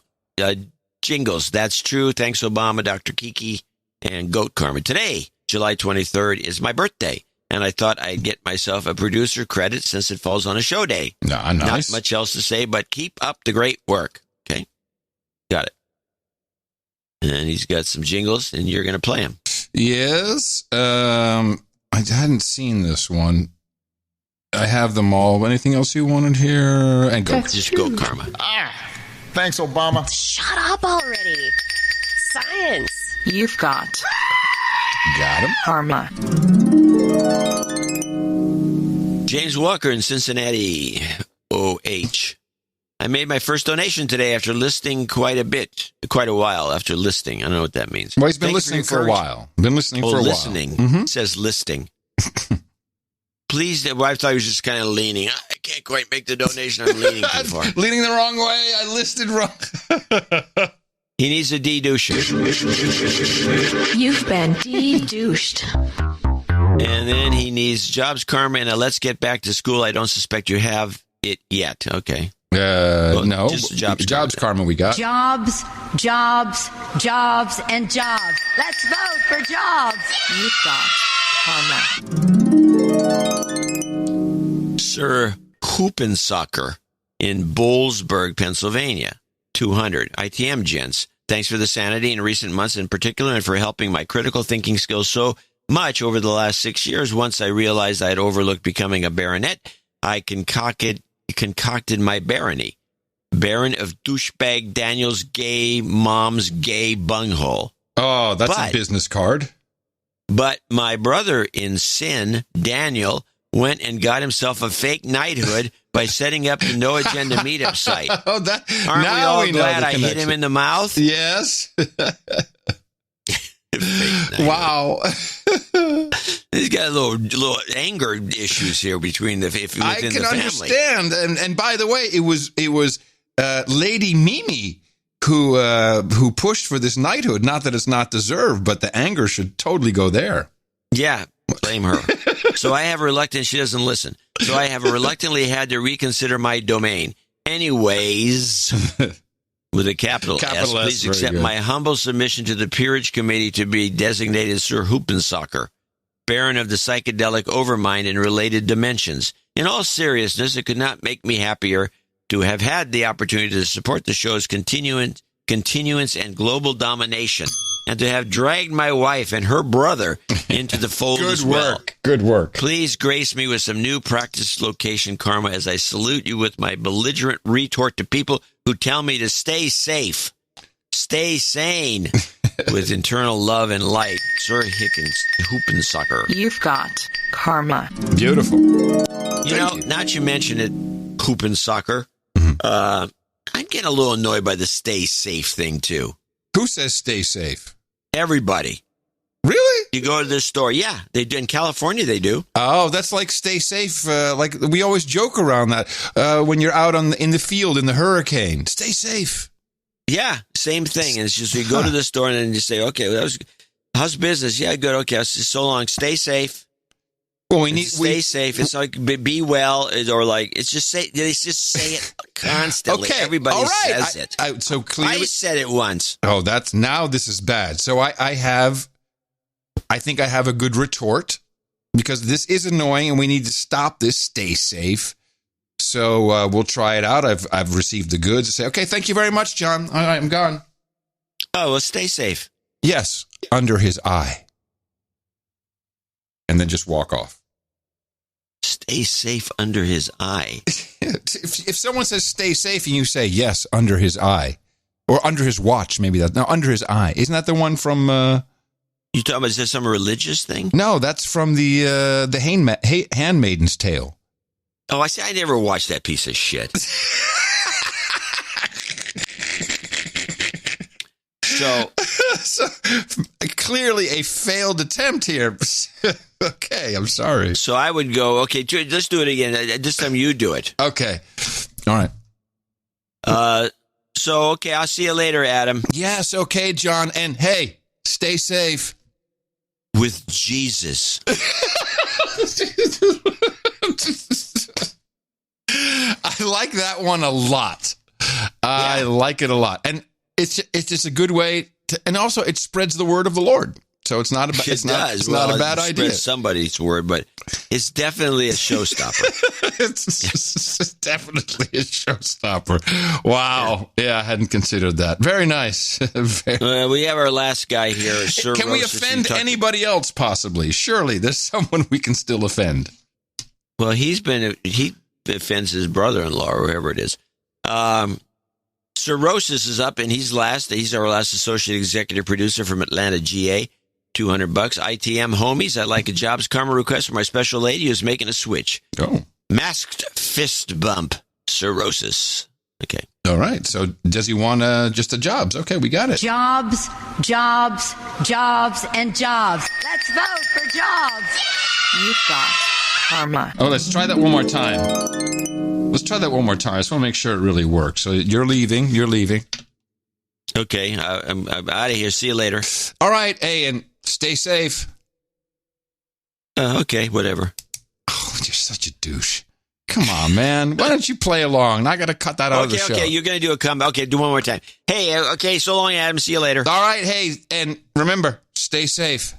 With Jesus. Oh, have you done his work? No, it doesn't work.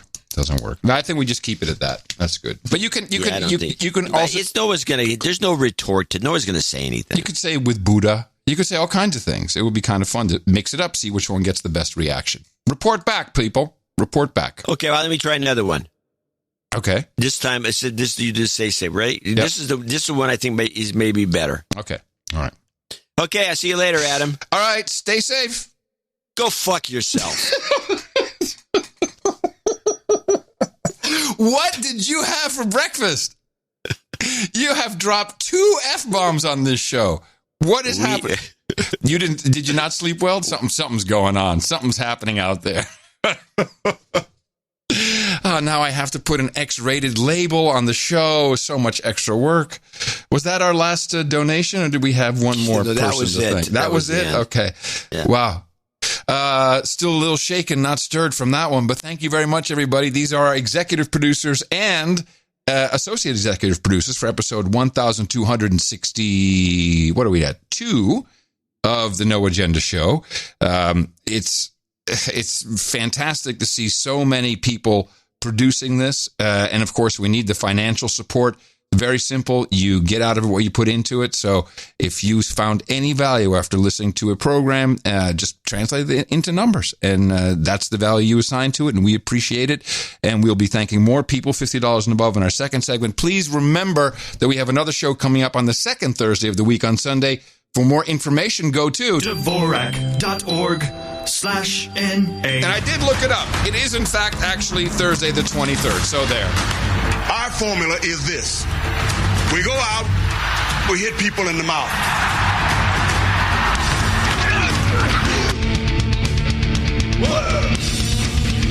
Order. Shut up, slave. Shut up, slave. So the EU got their deal together. Really? Yeah, I think the Netherlands now owns Italy. I mean, well, that makes sense. The way it's that crazy. The Netherlands has a lot of power, or at least they're saying they have a lot of power. We'll see in the big EU morass if it really does happen that way. But it's kind of like Rhode Island making California its bitch. It's really weird. It's a very odd situation, and there's not really a lot of money. And their total package is under $1 trillion. It's like 900 billion euros. Doesn't seem like a lot. Not when we're dropping $1 trillion left and right. Oh, and I think today is the big announcement of the fourth package.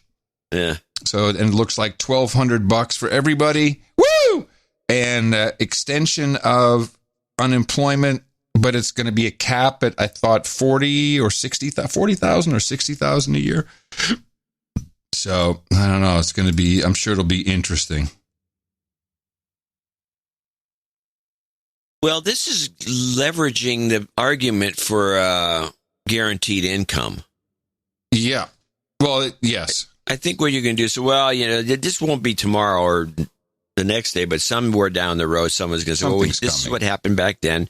It didn't break the bank. We could do it. We should probably start thinking about it because something has to be done.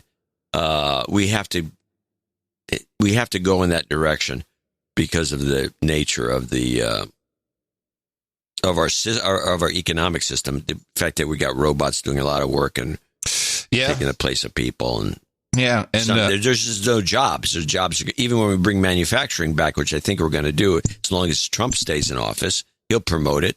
Yeah, Biden wouldn't. But if we get more self-sufficient like we should have, like we've always been traditionally, there still won't be enough jobs. No, unless you're going to be a gardener.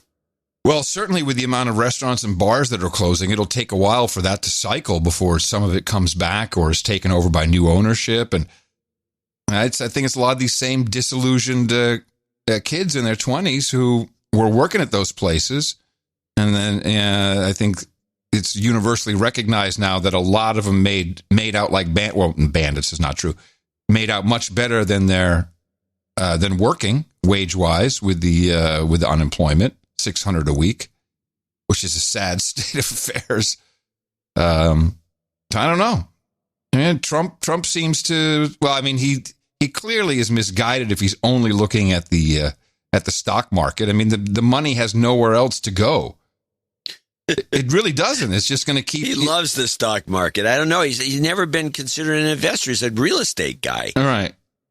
But it's just, I always found that peculiar that he's so jacked up about the stock market because he's not like the guy who's in the stock market. Well, he likes graphs. I thought he did a pretty good job of his first two COVID-19 briefings, just going up there saying death rate's almost down. We're testing a lot more. Boom, vaccine coming. All right, 2 questions. We're out. And, of course, CNN is not carrying those. MSNBC does carry them, but cuts off before the questions. And Fox carries them all the way through. Fox News, of course, the white supremacist cell network. We forgot to mention that on the last show. Where this is now, we have you've seen the Ed Henry lawsuit, or you've heard about it? No, you haven't. I know Ed Henry was. Yeah. I don't know the details. Okay. You obviously do. I would like to hear them. Ed Henry is being sued for. He apparently had a relationship, but like a BDSM relationship with a producer or a coworker. I'm not sure, or it could be both, of course. Which appears it was consensual, but then there's all these details like. She said the safe because Ed Henry's the Dom. He's the Dom. He was allegedly they're in an S&M relationship. Yes, and Ed Henry. Look at Ed Henry. That guy was the Dom. He was the dominant of the two, and he would ignore safe words. And apparently, there's text messages and pictures. This is all news to me. Pictures. I mean, the last time we had somebody... Listen to me. Pictures with clothespins on genitals. Oh, I don't want to hear the details in that granularity. I just want the general details. Okay, so that's the general. I don't want to hear that. That's the general details. But then they drag. Nobody wants to hear that. Go on. And then Governor what's his name? Governor Cuomo wants to hear all about it. I'm sure he's probably paying attention. Just keep on with this story. He's all about that. So then they brought in another lawsuit, which looks pretty feeble actually, implicating that Tucker Carlson tried. You remember the liberal Sherpa who was on his show for a while, and he kind of Tucker Carlson. He'd make fun of her, and she would I have no idea what you're talking about. All right. Well, anyway, she said that he had said, "Oh, I'll be in New York, and we should have dinner, or come up to my hotel room." Anyway, the whole point is they're really going after Fox News and positioning the upper echelon as a white supremacist cell consisting of Tucker Carlson, Sean Hannity, and Frau Ingraham. So, what about what's his name, Henry? No, Henry just kicked it all off. That got the attention because that's the whole. So they're positioning him as this, but then there's this sexual harassment, 2 lawsuits. I think it's just the whole thing is just funny. But what is more? It couldn't happen to a better company. This is true. What is very exciting, and I have 4 clips. Well, before you go off on that, I do have a Tucker Carlson thing, since we're talking about it. Okay. Yes. And I don't want to have to go back to it. Nope. Tucker Carlson gave a little speech at the end, which pretty much explains what everything's about. This is Tucker's lament about what's going on with the New York Times. One more thing before we go tonight. Last week, the New York Times began working on a story about where my family and I live.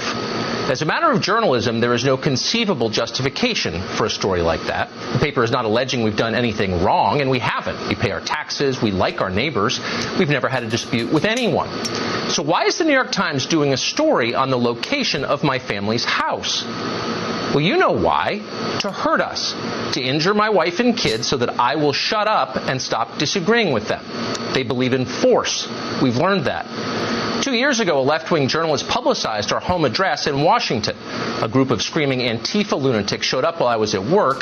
They vandalized our home. They threatened my wife. She called 911 while hiding in a closet. A few weeks later, they showed up again at our house. For the next year, they sent letters to our home threatening to kill us. We tried to ignore it. It felt cowardly to sell our home and leave. We'd raised our kids there in the neighborhood, and we loved it. But in the end, that's what we did. We have 4 children. It just wasn't worth it. But the New York Times followed us. The paper has assigned a political activist called Murray Carpenter to write a story about where we are now. They've hired a photographer called Tristan Spinsky to take pictures. Their story about where we live is slated to run in the paper this week. Editors there know exactly what will happen to my family when it does run. I called them today and I told them, but they didn't care. They hate my politics. They want this show off the air. If one of my children gets hurt because of a story they wrote, they won't consider it collateral damage. They know it's the whole point of the exercise, to inflict pain on our family, to terrorize us, to control what we say. That's the kind of people they are. They'll deny this, of course. They'll claim it's just journalism, just the facts. Really? By the way, I just need to stop this for a second. He has built a studio in his house, and he has a noisy-ass air conditioner. We noticed this a while back. It's been irritating the crap out of me because he's in D.C. with his, or wherever he is with his house. It's too hot, and he built a studio, and there's an air conditioner, and it sounds like crap. Us to control what we say. That's the kind of people they are.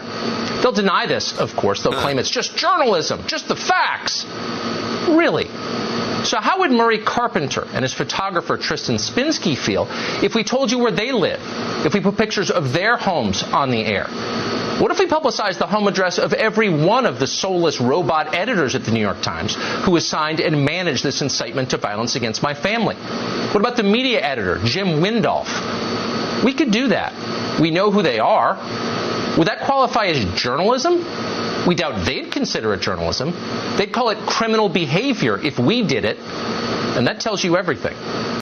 Well, it's all over for him. It's obviously over. He has no editorial support, no production support. His topics are kind of him talking about stuff, rehashed, not interesting. No in-studio guests because he has a green screen in his basement. He's done. He's done. I think they will finally be able to cancel him unless he figures out a way to make value for value work or anything like that, and he gets his spark back because he's also not interesting to watch. I don't know if you've watched him in the last couple of weeks, but it's not interesting. That's the last time I watched was this. But yes, I'm not going to argue this, but I will. Now I'm fascinated by the sound thing that you bitched about, and I realize you have complained about it before. Why doesn't they bring it? You know, a good sound engineer can filter that out. Witness the No Agenda show. You've got air conditioning. You've got people working on the street. I have no air conditioning. You've got the gimp in the basement. Come on. Well, we got the guys digging outside. We have we got. You know, I'm basically in a large room that could have echo. Mm-hmm. The trains go by, and you hear the honking. And there's one coming now.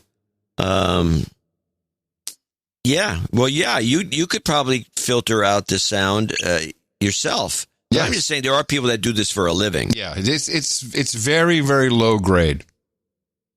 But now that unfortunately, once you mention that, just by interrupting the clip, you can't get away from it. That's all I could hear. I'm sorry. You can't get away from it. But they didn't dox him. That didn't happen. They said, we were never planning on that. So it was a good defensive move. But when you're down at that level, it's over. I'm sorry. And, you know, the Fox kid is donating to Joe Biden. Yeah, it's over. You know, the Murdoch kid. And the Fox kid's wife works for the Hillary folks. Yeah, the Fox kids, they're just not going to keep Tucker Carlson around. And I think, you know, Sean Hannity, he's so boring. That doesn't matter. No one cares. Ingraham, I think, is on deck. She's bound to get canceled. I think she's on the way out. Yeah, she's a rough customer. Yeah, Tucker's got to go. I mean, if you're going to take these guys out, I'm Sam James Murdoch. Mm-hmm. I took over from the old man. The old man was nuts. You know, they got all these right wingers. His whole theory was great. But, you know, I mean, the whole original theory from Roger Ailes was great to get this whole large market. But we already got that market. Now we don't have to keep it. I mean, we're established. We can play with the big boys in their own, you know, in their own game. We can be more objective. We can get rid of some of this slant. We can get rid of some of the slant, which I don't like. I'm James Murdoch. I'm a big Biden supporter. I don't like the slant. So let's get rid of who's the big slanters. You got your 3. And there's a few other laggards in there, the 5, and, Greg Gutfield. I like those Gutfield. guys are just They're just comedians. Yeah, there's just a bunch of comics. But we got to get, what's the order? We got to get rid of people. We got to get rid of Tucker, number 1. Oh, I know where they're going to put him. I know what they've offered him. It's obvious. They've offered him just the moon, anything he wants, as long as it's on the Fox Nation app. That's where they keep everybody. They got Tammy. What's her name? Tammy's on the Fox Nation app. Tammy Bruce, and her protege Lisa Booth. She's on the Fox Nation app. That's where they put Bongino. They park everybody there. And with the hope that maybe it'll catch on, because I think it's subscription, the hope that it'll catch on and they'll be able to make it work that way. I think that's their strategy. And then just make it all white bread dumb on, promote other people. Maybe Lisa Booth takes over for Tucker. Something uninteresting. It's over.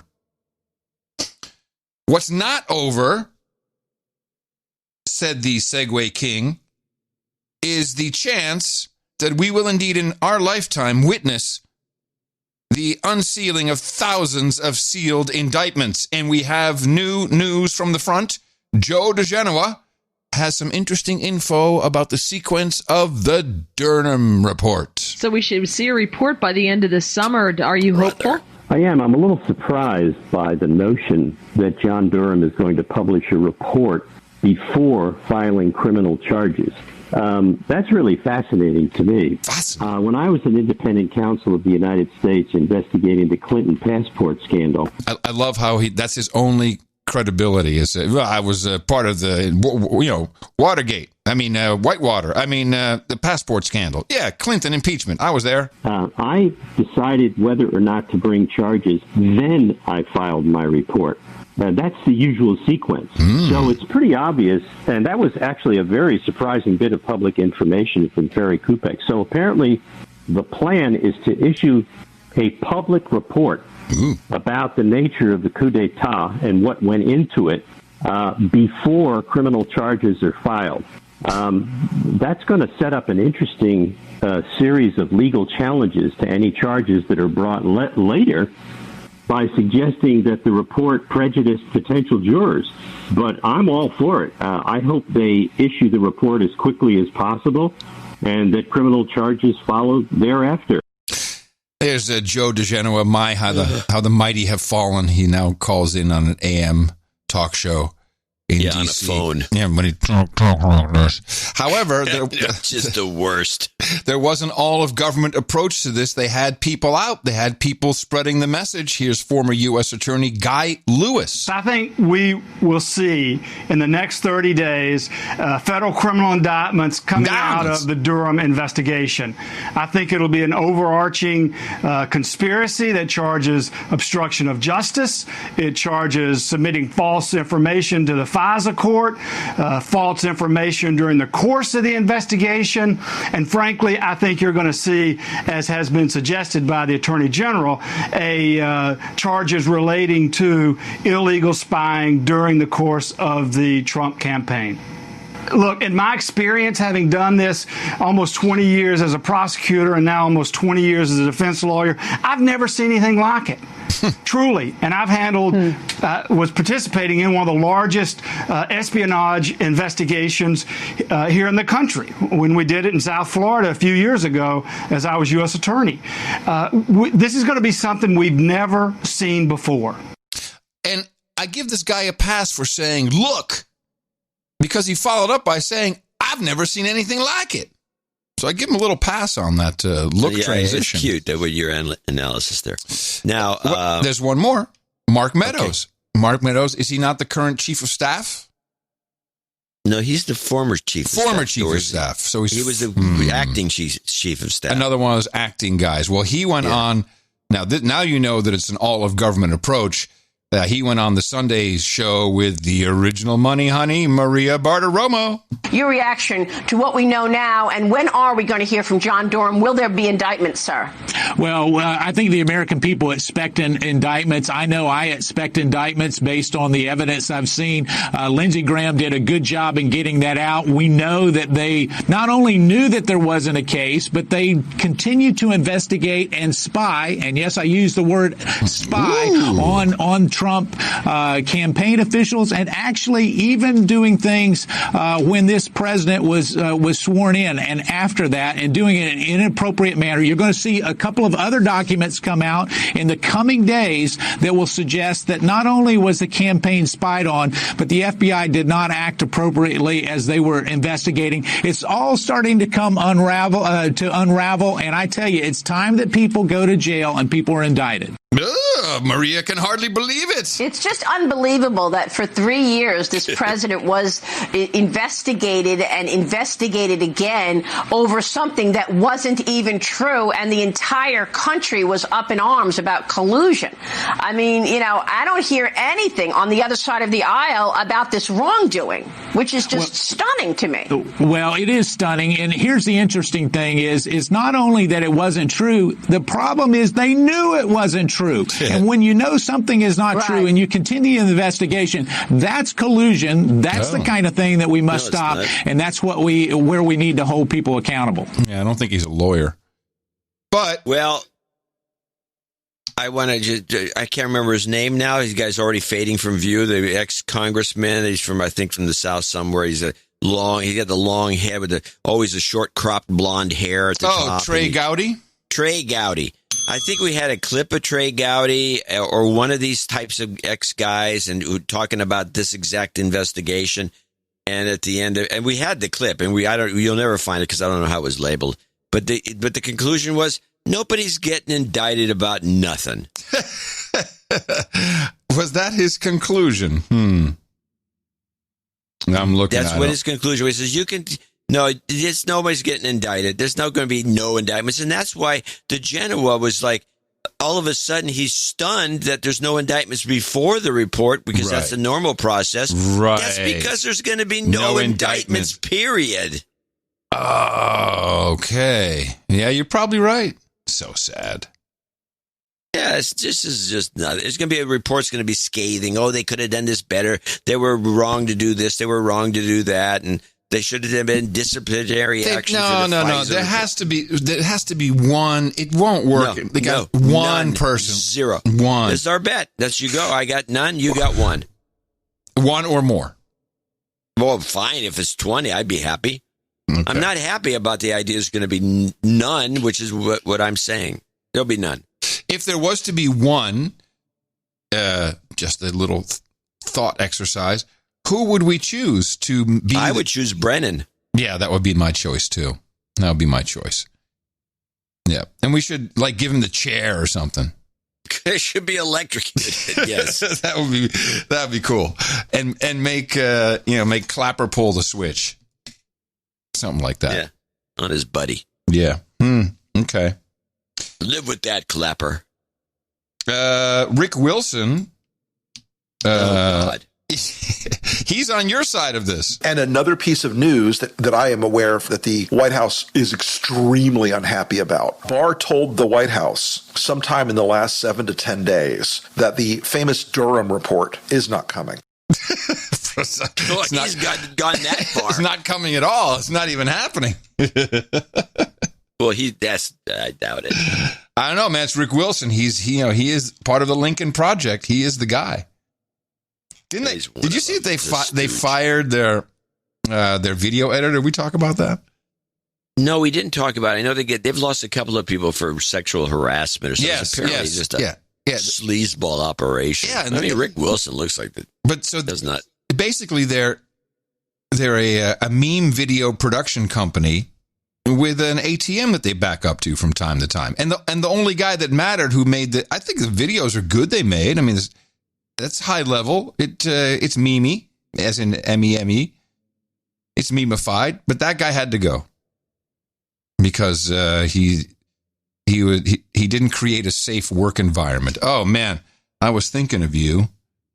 as I was looking at the noodle gun list. Maybe we should just go down the noodle gun list for a second. Red Bull took your advice, and they purged a number of high-level executives who pushed for diversity and inclusion. How about that? Yeah. I mean, yeah, they took out the guys that are troublemakers. Yes. You got to get these companies, American companies, have got to identify and get rid of these troublemakers that are not going to, they're going to harm the company.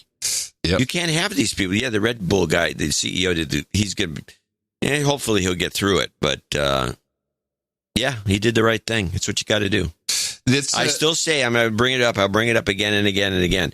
When the evergreen students took it upon themselves to kind of take over the place, they should have identified the troublemakers and expelled them. It's not that hard to do. You can expel your kid, and send these kids packing back home saying, Mom, I got into the easiest school in Washington. I probably can't get into anything else, and I got expelled. I have to live at home now. That would be just fabulous. Expel the kids. Expel them. You can expel kids. This kind of behavior is not acceptable in a university situation. And I would do the same thing with all the universities. Should find these kids that are whining and moaning and need safe spaces and all the rest and just kick them out. Unfortunately, we missed yet another fabulous exit strategy potential.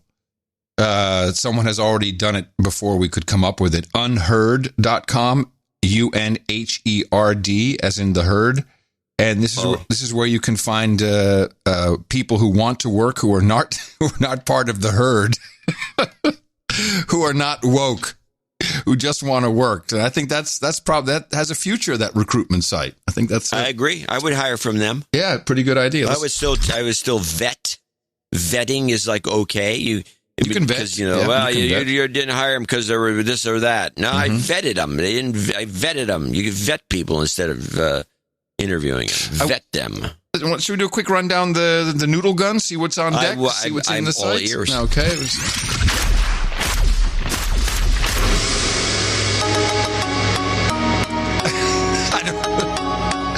It's apparently the racist noodle gun. I guess China is responsible for all of this. So we did Unheard. Yes. Doctors are now calling for the Adam's apple and Achilles tendon to be renamed because of their clearly misogynistic nature. So a little noodle gun for them. Oh, brother. The top ABC News executive, Barbara Fadida, she is indeed out. She got kicked out after probe into racist comments.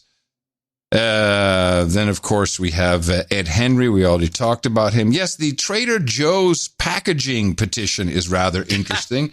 Yes, a classic. This is, I mean, so there's different types of products that they think are cultural appropriation, or it's, here we go. Trader Ming's is used to brand the Chinese food. Trader Ming. Okay, we can't have that. So it is the Chinese noodle gun. Right off the bat, we nailed it. Arabian Joe, Middle Eastern food, is not okay. No, not okay. And Trader... Yeah, it's probably because there's nobody named Joe in the Middle East, but that's beside the point. Well, it's Arabian Joe. Trader Jose for out. And Trader Giotto. And there's also the Trader Joe-san for Japanese. This is all a problem. This all has to go. All has to go. There's your noodle gun done. Yeah, and they have done nothing of the sort, by the way, we should note. What do you mean they've done nothing of the sort? Trader Joe's has refused to. I had a clip on a couple of shows ago. Oh, they refused to do it? Trader Joe. This was all started in the Bay Area by a local girl. She's 17. Mm-hmm. And I wish I could find the clip. I have the clip. It's a 13-second clip. Is that possible? It's possible. Play it. Let's listen to it. Trader Joe has died. Joe Cullum was 89. He opened his first... Oh, no, that's really old. That's not it. That's very old. That's not the clip. No. No, this was like a few weeks ago. Oh, okay. So the 17-year-old high schooler went into Trader Joe's, and she just got offended. Right. And so she started a petition to stop this racist names. Yeah. You know, she kind of just completely as far as I'm concerned, unemployable for the rest of her life. Started a petition, got 3,000 people to sign it, and it became a big national news story. The Trader Joe's has not done jack shit. They're not going to do this. Oh, no, they said that they did. They would. I haven't heard that they did anything. Yeah, Trader Joe's agrees, to change. I'm pretty sure that they did. I'm sure they buckled. Trader Joe's agrees to change its name to Trader Cowardly Eunuch. No, that's not the story. There's the B. We got the B. I was sure that they had said that they would do it. Yes. No. Trader Joe's will eliminate ethnic product names. Here we go. They buckled to it. Yeah, the 2-week-old petition, only 2,500 signatures. Oh, I was off by 500. Yes, the 17-year-old. There's your Brionis Bedell. And Trader Joe said this past Monday, it decided to use only the Trader Joe's name on its product several years ago. Since then, has been the process of we just hadn't gotten around to relabeling everything. Oh my God! Ooh, you've got noodle goo all over your face. We decided we were already on board. We just had the old products. Oh please, what a sleazy. Germans. No, actually, yes, it is the Aldi's. We have the voice actors. That just continues. Oh, the Lego helicopter kit was supposed to come out. Everyone was really excited about it. It's the V-22 Osprey helicopter, which is an Augusta Bell Augusta project. The one that has it's a plane that can take off vertically like a helicopter, but they have canceled it due to pressure. People wanted Love Bricks Hate War is the group's website who went against this. Love Bricks Hate. Oh, here's a video. Let's see if they have it. In August, LEGO will release its new Technic set, Bell Boeing V-22 Osprey. For the first time in the company's history, it's going to release a model of military. Is this a Chinese thing? Deployed I can't hear it. Oh, you can't hear it at all? For that reason, LEGO is no, I can, but it's too low. Yeah, it's very low. It's a horrible story, but it's with a Chinese accented voiceover. Who knows? Everywhere. Chinese must be getting a kick out of this. Yeah, they must be. I would be. Look at these idiots. Edmonton football team discontinues the use of the name Eskimos. The Edmonton Eskimos is no more. And high on the cancel list, and this was very odd, and I was kind of waiting for it to show up because I knew he had done this episode. Rogan did an interview with a woman who wrote this book. Her name is Abigail Schreier, and the book is Irreversible Damage, the Transgender Craze Seducing Our Daughters. Well, you can only imagine that kicked up some shit. Of course, now that Joe has, as we say, has his sheep on dry land, he felt pretty bold. Every other podcast I understand in the LA area rejected. Were afraid to have her on. Would not take her to discuss the book. And now Men's Health. The big article. Joe Rogan is spreading transphobic hate speech and it's putting lives in danger. And these are those editors that need to be fired. Yes. And I have to say, I listened to the whole episode, and we've talked about this phenomenon and what she basically she says she's not anti-trans. She says, of course, some of her best friends are trans, obviously. She says there's an issue right now, very similar to putting if you have one or two girls who are bulimic or anorexic, and you have a couple girls in a group, they get this kind of contagion. And then more will become anorexic or bulimic. And she says it's called mass hysteria, and it happens to girls in high school a lot. Yes. So she's saying that there is quite a mass hysteria among girls in high schools who are all getting together and deciding to become trans. And I got a little clip from this interview. Some sort of, if you just step in now and start injecting this body with male hormones, it's going to fix all your problems. But yet it's really popular to do that. It's really popular. These girls are getting it on their own diagnosis. So they're just going in and self-diagnosing. Nobody questions it. We now have informed consent, which means you walk into Planned Parenthood, you sign a waiver, you decide you have gender dysphoria, you walk out that day with testosterone. Planned Parenthood is doing this? Yeah, it's one of the biggest distributors. So you don't have to have some sort of a long, some sort of transitional therapy session with... You can get your breast removed with no therapist note. Whoa. Yeah. So you could be a confused 18-year-old girl and walk into a Planned Parenthood self-diagnosing with no therapy at all, and they'll prescribe testosterone, and you can get your breast removed? Absolutely. You sign a form. Actually, you can't get your breast removed at Planned Parenthood. She clarified that later, but that's, there you go. Joe blew it there. Yeah. I thought Joe made a mistake in his interviewing. Tell me. He should have used 15-year-old instead of 18-year-old to make it more dramatic. Yes. I don't think he was going for drama. I think he was actually shocked. He was shocked. Actually shocked. I know. It's a very interesting interview, and it's not. And that's the thing. By the way, yeah, a law was just passed in California that allows even more of this. So you can go to any. If you're a kid, you could be a 12-year-old and go and have all kinds of stuff done behind your parents' back. And the whole interview is worth listening to, because she says the big problem, and this kind of folds back to everything we're talking about, is that some parents are seeing this and saying, wow, man, this doesn't feel like my daughter. This has got to be something, this is maybe something else. Mom.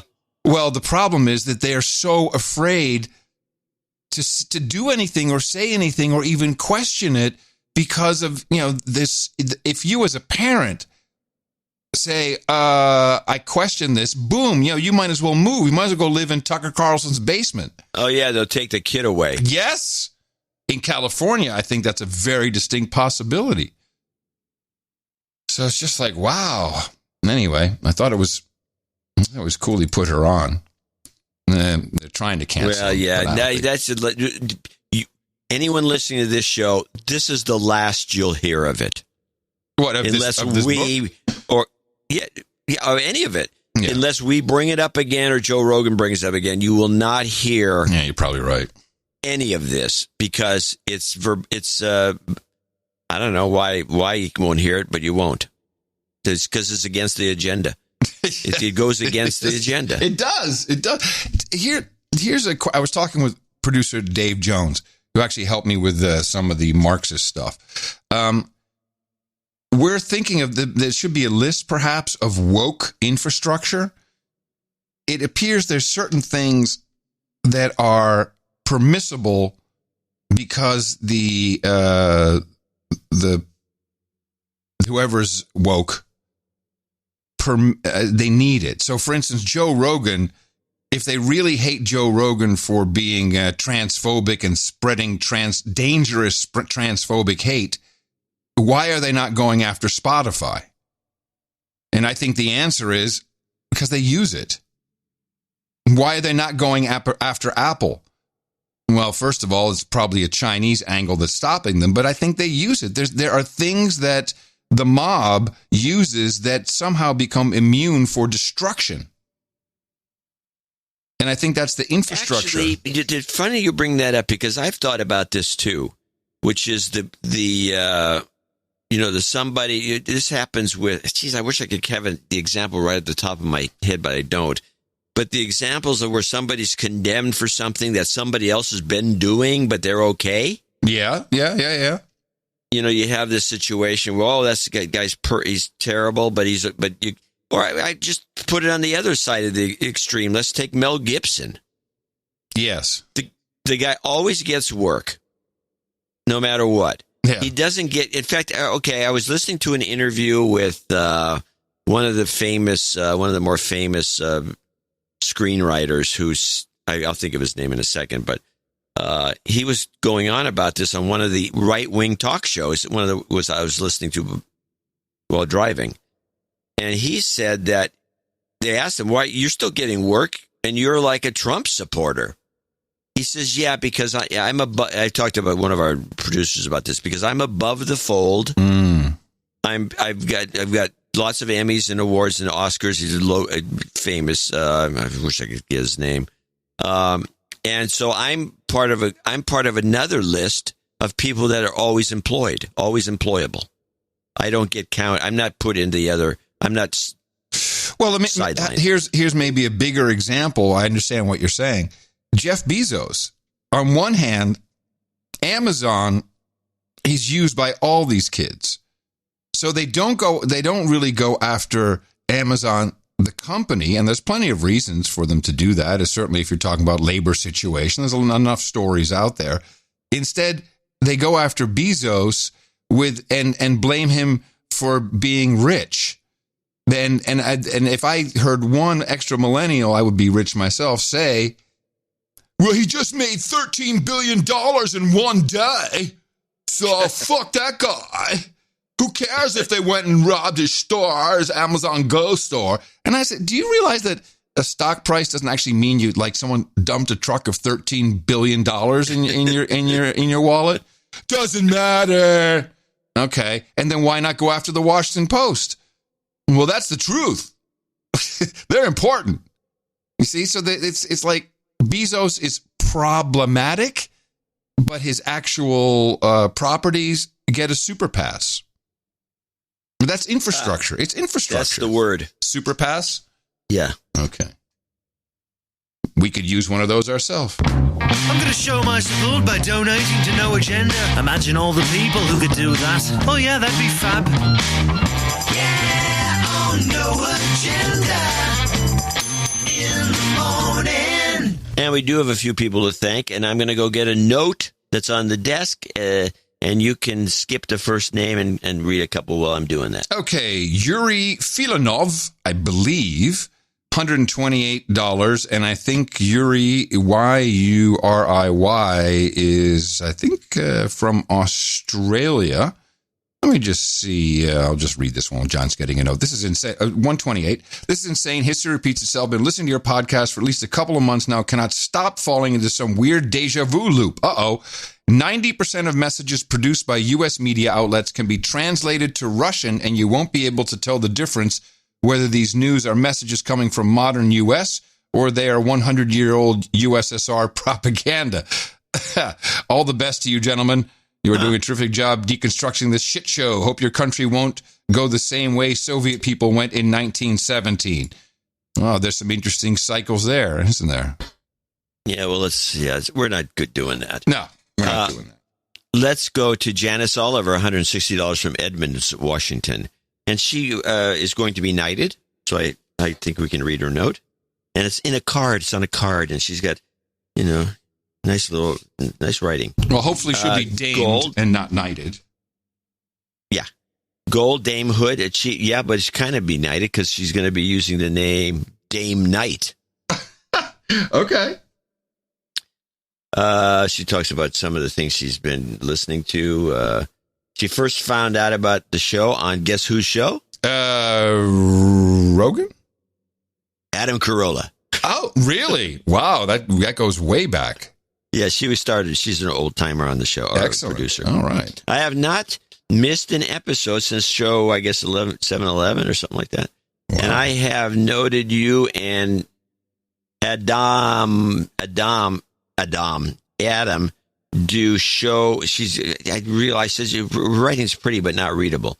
Show prep for so many news people. Please christen me Dame Knight. I'm fine with the mutton and mead. Okay. And John, Mr. Dvorak, could please choose an amazing Pinot Noir for the occasion.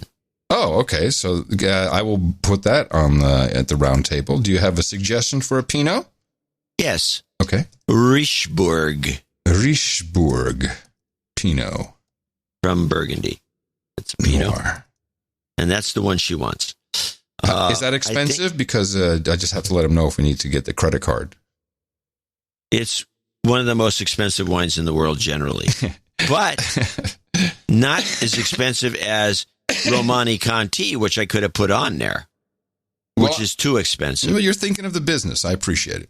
Yeah, I'm trying to save money here. Yeah, good job. I think I need a de-douching. Give her a de-douching. You've been de-douched. Now on to Baroness. So happy to be in this cult. Love and light. XXXOXOXO. Jan Oliver, a.k.a. Demon. Okay. There you have it. Beautiful. Love it. Very cute note.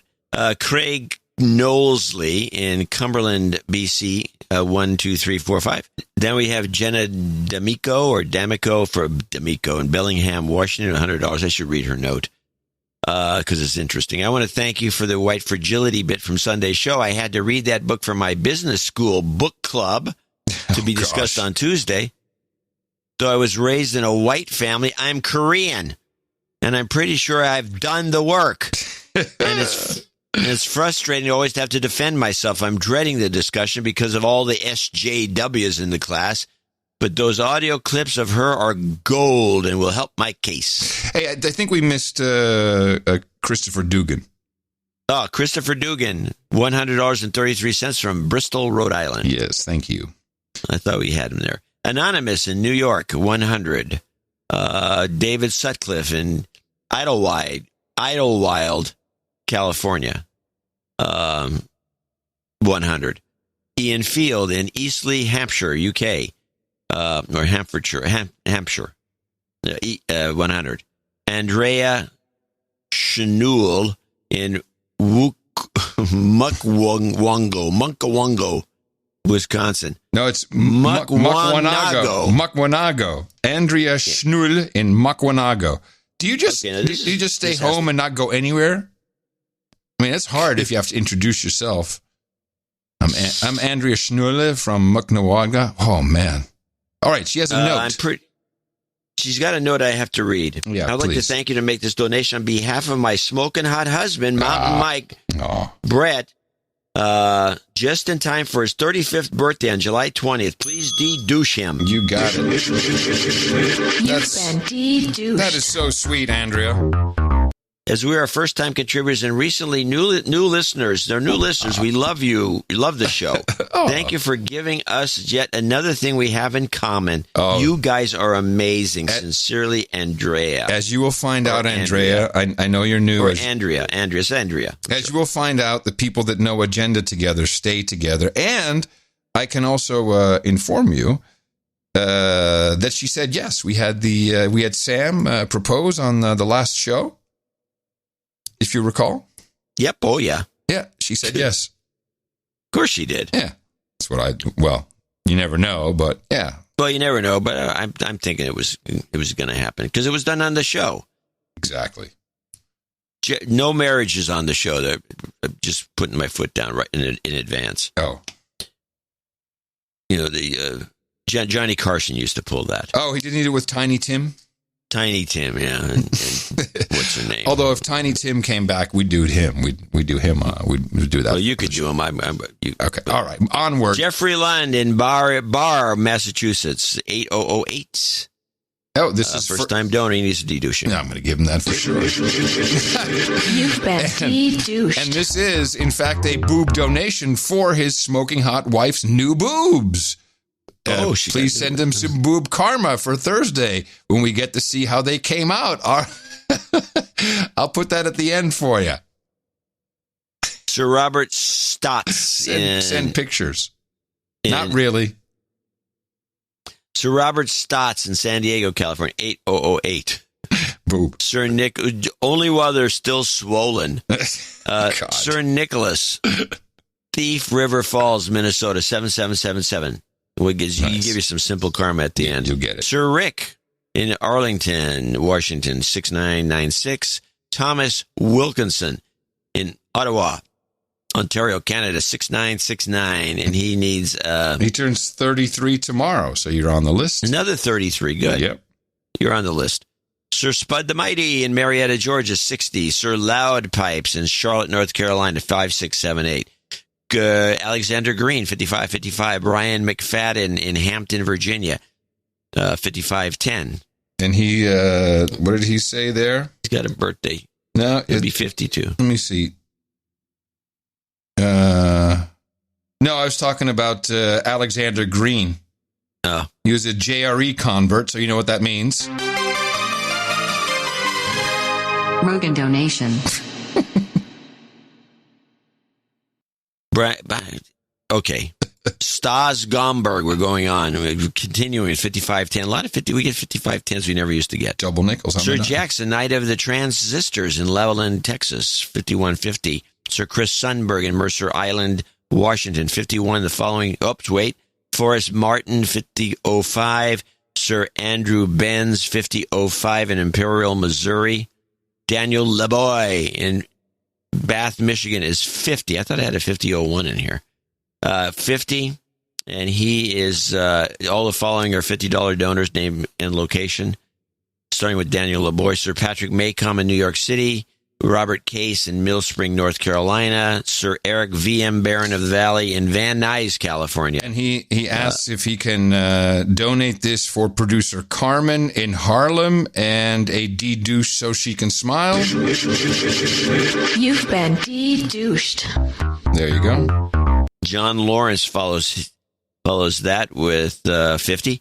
Kevin Silverman in Severn, Maryland, 50. Alexa Delgado in Aptos. Derek Lawless in West Peoria, Illinois. Adrian Muller in Atascadero, California. Thomas Tollett in Shawnee, Oklahoma. Victor Vandenberg in Heersjandam. No, pretty good. Heersjandam. Heersjandam. Very good. Which is the Jan's Dam. Mr. Jan's Dam. You got it. Mr. Jan's Dam, yeah. Naming conventions are not that different than here. No. Sir Jerry Wingenroth, meanwhile, in Saugus, California, wraps it up. And I want to thank all these folks for contributing and producing Show 1262. We needed it, and we got it. We thank them all. And we appreciate the value y'all brought to the show. And thank everybody, of course, for all of their production duties, which has just been fantastic so much. A lot of you have been home. You've been thinking. You've been writing. You've been creating, and it works well. Wait to hear the end of show mixes. Some great stuff as well. This is only possible through your production donations, and we would like you to support us again for the second Thursday on Sunday. For more information, go to Dvorak.org/NA. And we got some karma requests. Adding a goat to it for today's special karma. You've got karma.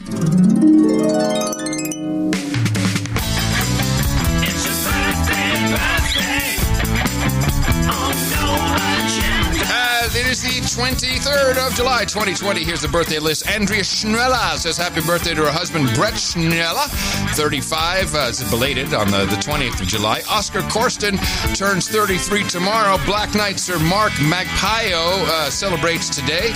Geertje Richel says happy birthday to her husband, Mr. Richel. Thomas Wilkinson, 33 tomorrow. And Brian McFadden turns 52 tomorrow as well. Happy birthday for everybody here at the best podcast in the universe. Title changes, turn and face the slave. Title changes, don't want to be a douchebag. No douchebags allowed here. Sir Hoopensoccer changed his title, as we found out earlier. He now becomes the Baron of the Psychedelic Overmind and Related Dimensions, and we appreciate his support for quite a long time, and thank you very much. Dear Baron, may you wear the sash with pride. And then we have, 3 knightings, call one a dame. Sword time. Here you go. Nice. So, Janice Oliver, step on up here next to the podium. Travis Mercer and Harold Cummerly, that would be it. All three of you have supported the No Agenda Show in the amount of $1,000 or more. I am therefore very proud to pronounce the Dame Knight, Sir Tactician from the Fresh Coast, and Sir Geisha Liquor.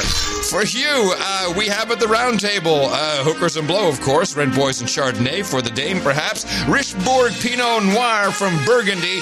Scorsy cookies and vodka, some Pog and Poi, some goat chops and cow milk. Of course, Scotches, geishas, and sake, vodka, vanilla, bong, hits, and bourbon, sparkling cider, and escorts, ginger ale, and gerbils, and obviously the mutton and mead by special request. Thank you all for your support of the No Agenda Show. And if you go to noagendanation.com/rings and fill out some info there, Eric the Show will make sure you get your official Knight or Dame ring. It's a signet ring, so you get the sealing wax with it and the certificate. But most of all, you get the respect of the peerage of the No Agenda Nation.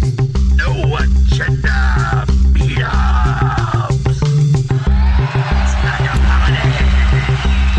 Lots of knights and dames hanging out at the No Agenda meetups. They are everywhere, and we have a website so you can go and check them out, noagendameetups.com. This coming Saturday, the Greater Seattle Post-Rona Vitamin D Hike Meetup commences at 11 a.m. Suma is organizing. Check the website for details. At Riggs Brewery, meanwhile, in the Central Illinoisian July meetup will take place at 3:33. That's on Saturday. Sir Kyle the Fearless, Jedi Knight of the Orange Fleet, is hosting. Also on Saturday, Flight 005 of the No Agenda, Leo Bravo, hosting that. Then next week, Wednesday, Denver City Park sit-in, 6 p.m. That'll be at the City Park Denver Museum of Nature and Science. John and Taylor are organizing. And then final for this overview on the 31st. That's Friday, July 31st. What's Cookin', Oregon, Local 33, 6 p.m. at Cook Park, Tigard. And Tim is organizing. Details for all of this are on noagendameetups.com, which is just taken off so well. People love to hang out, talk about the show, but just know that you can talk about anything. You can be clumsy. You can be awkward. Everyone gets it. They're all the same. It's like a party in a way. NoAgendaMeetups.com. If you can't find one, go ahead and start one. Sometimes you want to go hang out with all the knights and dames. You want to be where you won't be triggered or held to blame. You want to be where everybody feels the same. It's like a party. Yeah. All right. What do we have lingering here? Oh, we got plenty. I think you're right. Oh, just a little abuse. Just a little aside. As more and more people and companies start to offer podcasts, just so you understand, No Agenda Show does not upload their podcast to Spotify, TuneIn, Google Play, Stitcher, etc. We have one place where we upload, and these other apps basically take our feed, and many do it different ways. They allow you to listen to the podcast. These are actually really shitty podcast apps. So if something doesn't show up and you can't subscribe manually to a podcast feed, then that's not a podcast app. So as sad as it is, and maybe TuneIn is blocking us, maybe Spotify doesn't know what they're doing, Google Play only wants to track your behavior. That's why you can't subscribe manually. You have to submit it to the directory, and then Google is tracking your behavior. Same with Stitcher, which is now Sirius XM. So consider getting an actual podcast app, and or stop emailing me when it doesn't work. How about a couple of recommendations? Or we have a few. What do you use? I just do it off the site. Oh, I use Overcast. Oh, okay. I like Overcast a lot. And it's not free. You pay for it, but you get a lot of great features.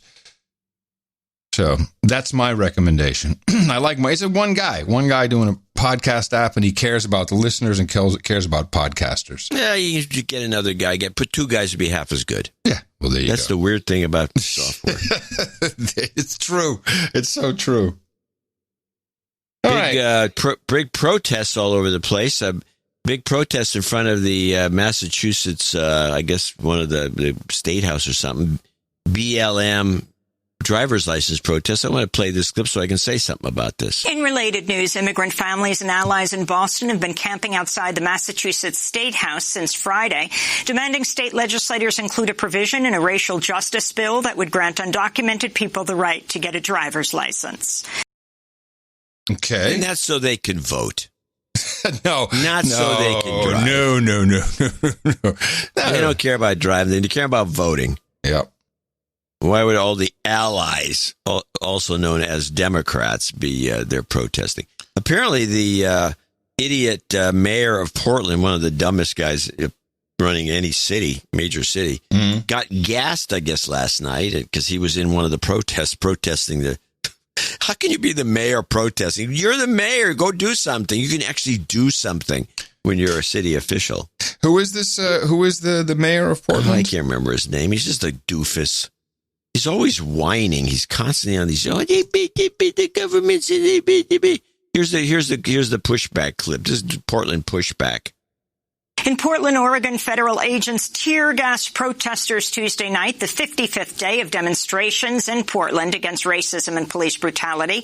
Over the past week, unidentified federal agents have been attacking anti-racist protesters, even snatching activists off the streets in unmarked vans. On Tuesday, the U.S. Department of Homeland Security's Customs and Border Protection arm confirmed it had deployed officers from 3 paramilitary-style units to Portland. Meanwhile, a leaked DHS memo reveals the agency is now conducting domestic surveillance targeting potential threats to federal buildings as well as local statues and monuments. In Washington, the White House press secretary claimed President Trump had the legal right to deploy federal agents to Portland and other cities. Yes, I find this to protect federal buildings. Hello. Yeah, I find this very She leaves that out, by the way. Yeah, Ted Wheeler is the guy's name. I have a package from CBS News, not from the actual evening news thing Nora was hosting, about these troops, the paramilitary that Trump is sending in, and I want to play that to add to the confusion. Nazis. After round of cheer gas and rubber bullets fired into the crowd by federal agents is becoming a nightly routine. This unnamed protester says he collected some of the spent ammunition. What was it like when they all came out there? War, literal war, except you can't fire back on your enemy.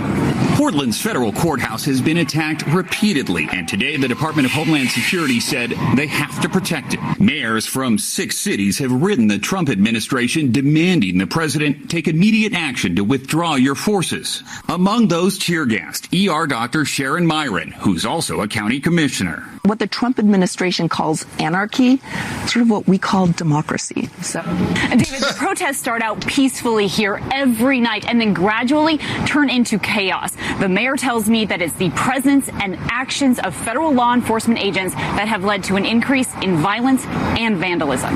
David. The Trump administration says it sent federal agents to Portland, Oregon to defend federal buildings against violent attacks. But the mayor there says that escalated the conflict. Now, mayors from 6 major cities are sending this letter to the attorney general, blasting that deployment. One of the demands of the protesters is, believe it or not, that the mayor resign. I know. That's one of their top demands. But I know this mayor is such a dummy. Now, I didn't get this clip because there was really nothing to clip. It was just basically a lot of smoke and him bitching about the feds being there. But he's in the crowd protesting himself. Once he was identified as the mayor, the crowd turned on him and started yelling at him and saying, "Get out of town. You've got to quit." Yeah. And he had to be escorted out, probably by the feds. So here's the overall meme is Trump has a paramilitary, and they're going in, and it's illegal, and it's posse comitatus, and it's stormtroopers, etc. And it's really based on one thing. Let me see. I think I have this clip here. There was one video. I have not found another, but one video of what was billed as unmarked feds rousting people off the street, throwing them into unmarked vans. I think this is the clip. What are you doing? Use your words. What are you doing? I love this. So the only video that I know exists of so-called rousting protesters and throwing them to unmarked vans. When I watch this video, and I encourage everyone to watch this has dramatized music under it, so that there's a guy dressed with a helmet, all black, with a backpack, and the 2 cops hop out of a van that stops at the intersection, sliding door, Astro van. I see them signaling to the guy. The guy stands there. They come up on either side. the protesters are saying, "Who are you? Use your words," which is some kind of infantile way of asking someone to speak. I don't know. Use your words. Use your mouth. Use your words. This guy is not a protester. He puts his hands behind his back, walks calmly. They didn't handcuff him. No zip tie. This was an observer. It was a Fed who was in there probably, with the forward intelligence or whatever. This was not a protester who was rousted, but yet you get these kinds of videos. What are you doing? Use your words. What are you doing? Use your words. What are you doing? Use your words. What is going on? We need to know. Who are you? NLG will get you out. What's your name? Tell us your name. How are we supposed to know who you are? How are we supposed to know you're not kidnapping us and you're civilians kidnapping us? Yeah, now they're talking to the cops. Very scary. And the guy... Your people identify themselves as law enforcement so we don't have to get kidnapped? Feel like we're getting kidnapped? So this was the basic meme that was sent around. They're kidnapping people. There's no evidence of that at all. But... well, wait. I did see an interview with a guy who claims to be one of the guys that was thrown in the van. Oh, good. Where's this? I don't have a clip, but I can tell you what happened. Okay. Because it was interesting. I wish I had the clip. I'm sorry. That's all right. I blew it. But the guy standing there being interviewed by one of the reporters, I don't know if it's what source this came from, to be honest. May have been Democracy Now! The guy says, yeah, I was just standing there. I wasn't doing anything. I wasn't protesting, and they grabbed me and they threw me in the van.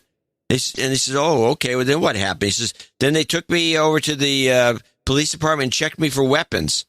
And then they kicked me out of there. That was it. Okay, so there are rules for picking people up, and I don't know about this guy. I wish we could find that clip. I wish I could. Because you can't do that. I mean, that could have been bullcrap anyway. Yeah, but that's what I'm thinking but it is. It's still not the same as kidnapping and disappearing the person. Exactly. So that's the meme, and it's and they didn't beat the Trump crap is a out Nazi. Of him, no, of course not. So they are indeed protecting federal buildings, but there is something worrisome that came out of the pie hole of Chad Wolf, the acting Department of Homeland Security, and these are his people who are on the streets. I also think that the dress code that they're using is just they could make it look more like police and not like military. It's very annoying the way this is done. And it's not actually helping. It's saving the federal buildings and statues. It's not helping the narrative. It would be so easy to make that just a little more clear what's happening. Anytime that you attack a federal facility, such as a courthouse there in Portland, that is a federal crime. Attacking federal police officers, law enforcement officers, which they have done for 52 nights in a row, is a federal crime. Agreed. And so the department, because we don't have that local support, that local law enforcement support, we are having to go out and proactively arrest individuals. Okay, so I don't like that. Proactively is like, what is that? Pre-crime, pre-thought. I mean, you can't really do that. So if that's what's happening, I'm against it. Otherwise, tear gas those babies. Hold on. I think he's just this guy.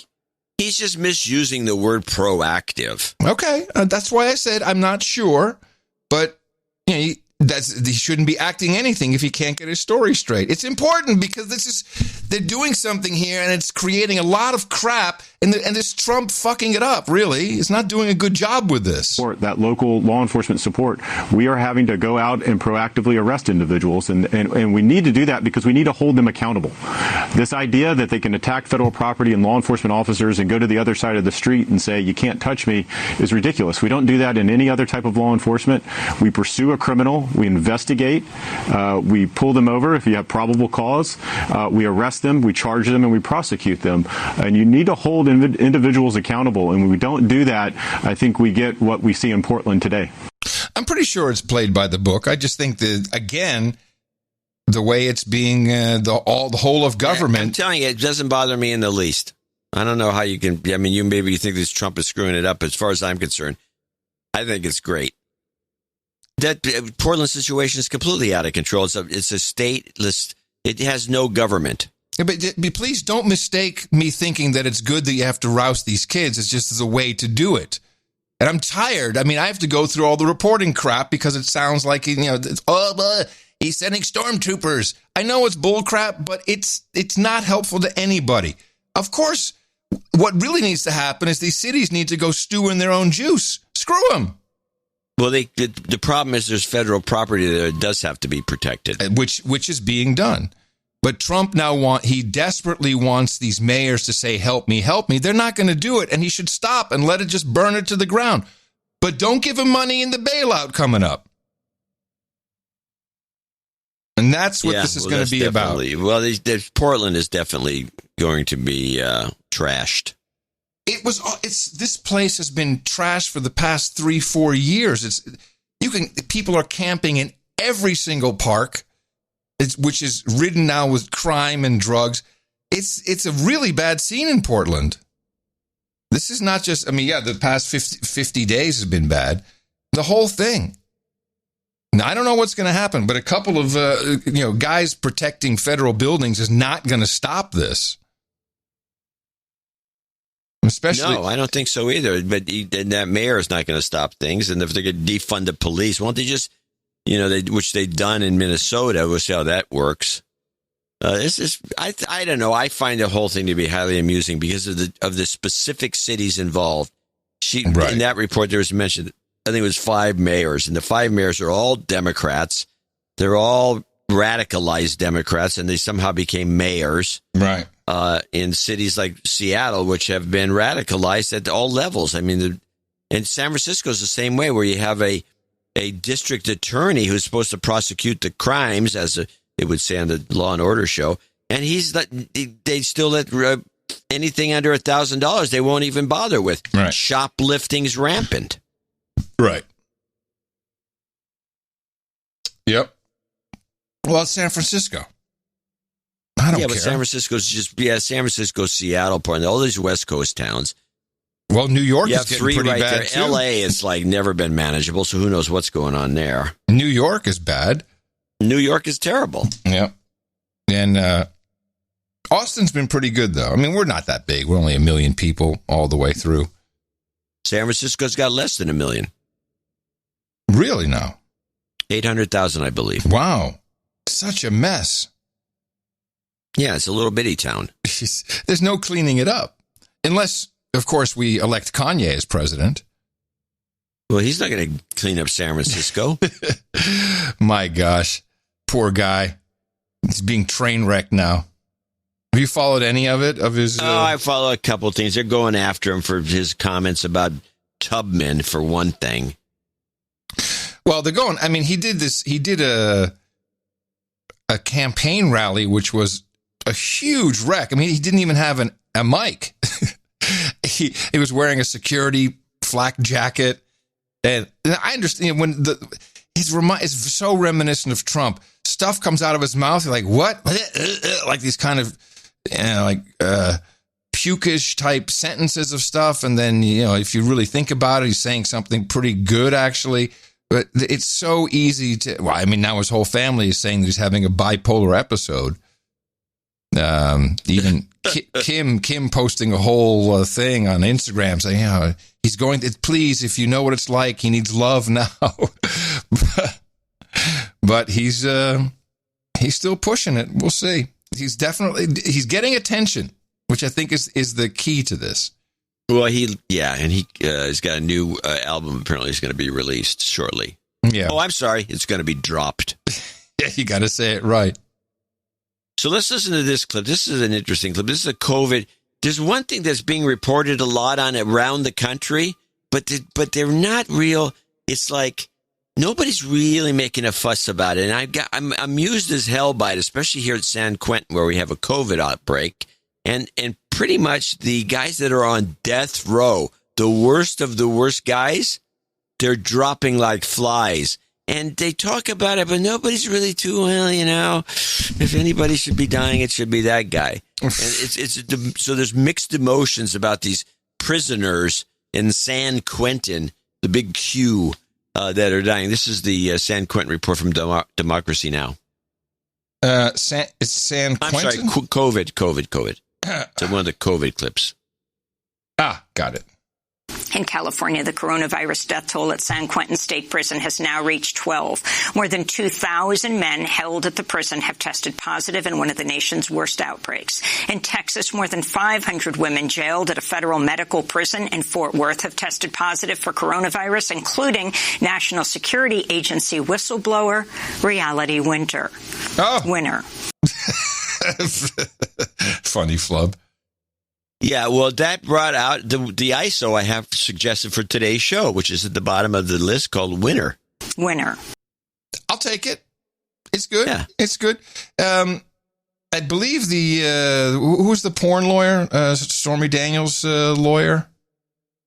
Oh, yeah, that guy. I forgot his name already. Yeah, I think he's suing to get out of jail because, he's corona danger, and he's saying Trump wants to kill him. By keeping him in jail. Trump does want to kill him. Pretty much. Very astute. What's new about that? Very astute. Avenatti, that's the guy's name. Michael Avenatti. Avenatti. Yeah, the guy that we had that clip blitz with that guy, all the clips with him. Oh, he's going to be the next president. And, sure. And MSNBC was, oh, you're so great. The guy was a criminal. Yeah, kind of. No, not kind of. He's criminal. He's in jail. Yeah, he's in jail for it. Yeah, you're right. Yes. Wow. The ACLU is now carrying his case. The ACLU, we are suing the federal government for imprisoning. Oh, that's Michael Cohen. I'm sorry. That's not Avenatti. That's Cohen. That's good, too. Yeah, Michael Cohen. But that's not for COVID. That's for publishing a book. Oh, brother, whatever. ACLU, man, what are they up to? I used to support them. They've lost the plot. Yeah, I used to support them. No more. All right, let's see. I don't really have anything specific other than can push the OTG to Sunday. I do have some fun things. Looks like the elite. Well, I do have a short Biden gaffe. Always good. Biden gaffe is always good. Yes, Biden at the hospital. Yep. And I had a nurse nurses at Walter Reed Hospital who would bend down and whisper in my ear. Wow. And go home and get me pillows. They would make sure they'd actually, probably nothing ever taught in, you can't do it in the COVID time, but they'd actually breathe in my nostrils to make me move, to get me moving. Ladies and gentlemen, please welcome the next president of your United States. Wow. That's when they took the top of his head off? Yeah, I guess. Oh, that's fantastic. Poor Joe. Yeah, poor Joe. Well, they never cover anything. The good thing is, doesn't matter who becomes president, it's good for the show. Remember this, people. Everything is, yes, and it's good for our listeners to have us cover this stuff because then they won't go nuts like the mainstream media wants to drive them. And if you derived any value from this deconstruction, we'd love to hear from you by going to Dvorak.org/NA. Coming up, it's a Nick the Rat show with my interview. And end of show mixes, we've got, let me see, we have Professor JJ, we've got Jesse Coy Nelson, and we also have a good Rolfie production. Look forward to that. Coming to you from Austin, Texas, that is Opportunity Zone 33 here, the capital of the Drone Star State, FEMA region number 6 in the governmental maps. In the morning, everybody. I'm Adam Curry. And from northern Silicon Valley, where they're digging up my street, I'm John C. Dvorak. We return on Sunday, the second Thursday, right here on No Agenda. Until then, adios, mofos! And such.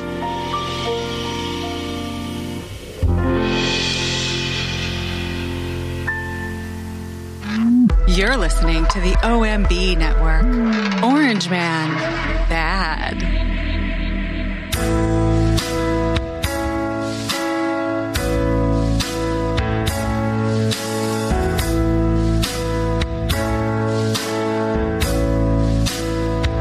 It's not easy making vaccines, having to scare the public with the plague, knowing some kids won't survive the trial, pseudoadjuvants or bacterial contaminants.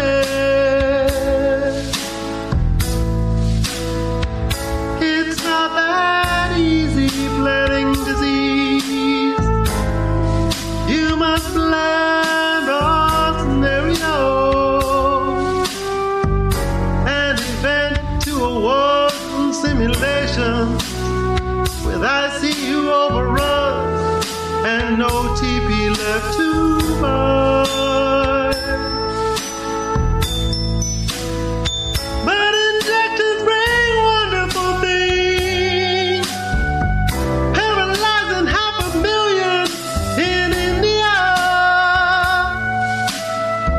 and selling vaccines with no liability. Profits fly like a fountain, and God still makes them cease. When disease is what the folks need, I stopped upon the now. It's time for a shutdown. Inject my vaccine. You do fine. Chips are beautiful. Now you have disease. You are listening to the OMB Network. Orange Man bad. Sit with that. As a result of being raised as a white person in this society, I have a racist worldview. I have deep racist biases. I have developed racist patterns. While we who are white tend to be fragile in that it doesn't take much to upset us around race, the impact of our response is not fragile at all. It's a kind of weaponized defensiveness, weaponized hurt feelings, right? I believe white privilege is a myth. The way that they are stating that every single white person that's born have this same level of privilege that gives them an advantage over every black person that's born is rooted in hatred, deception, and division. White people still have to get up every day and go to work. And if they don't work, they don't eat. And if you work hard enough to be successful, if you don't work hard enough, you're going to end up being poor. If you sit around and complain, you're going to be poor. Have you ever heard of trailer parks? Have you ever heard of poor white people? They don't just somehow get grandfathered in to success in society just because of the color of their skin. About racism, anti-blackness, or violence. About racism, anti-blackness, or violence. I will use my voice in the most uplifting way possible. I will use my voice in the most uplifting way possible. And do everything in my power to educate my community. I work for Black Lives Matter. Since I work for that company, my CEO has told me to come out today and to bring you on your knees because you have white privilege. And could you just please apologize for your white privilege? You're listening to Orange Man Bad, OMB, Orange Man Bad, OMB Network. Arms up. B is a floppy disk, boy. Not possible. Arms up. B is a floppy disk, boy. Not possible. Arms up. B is a floppy disk, boy. Not possible. Arms up. B is a floppy disk, boy. Not Wait, stop. What? Sorry. I saw it segue and I opened it. I jumped on it. I heard you go and I loved it. All right, this one's for you, baby. Jean-Claude? Hello? It's dynamite. 3, 2, 1.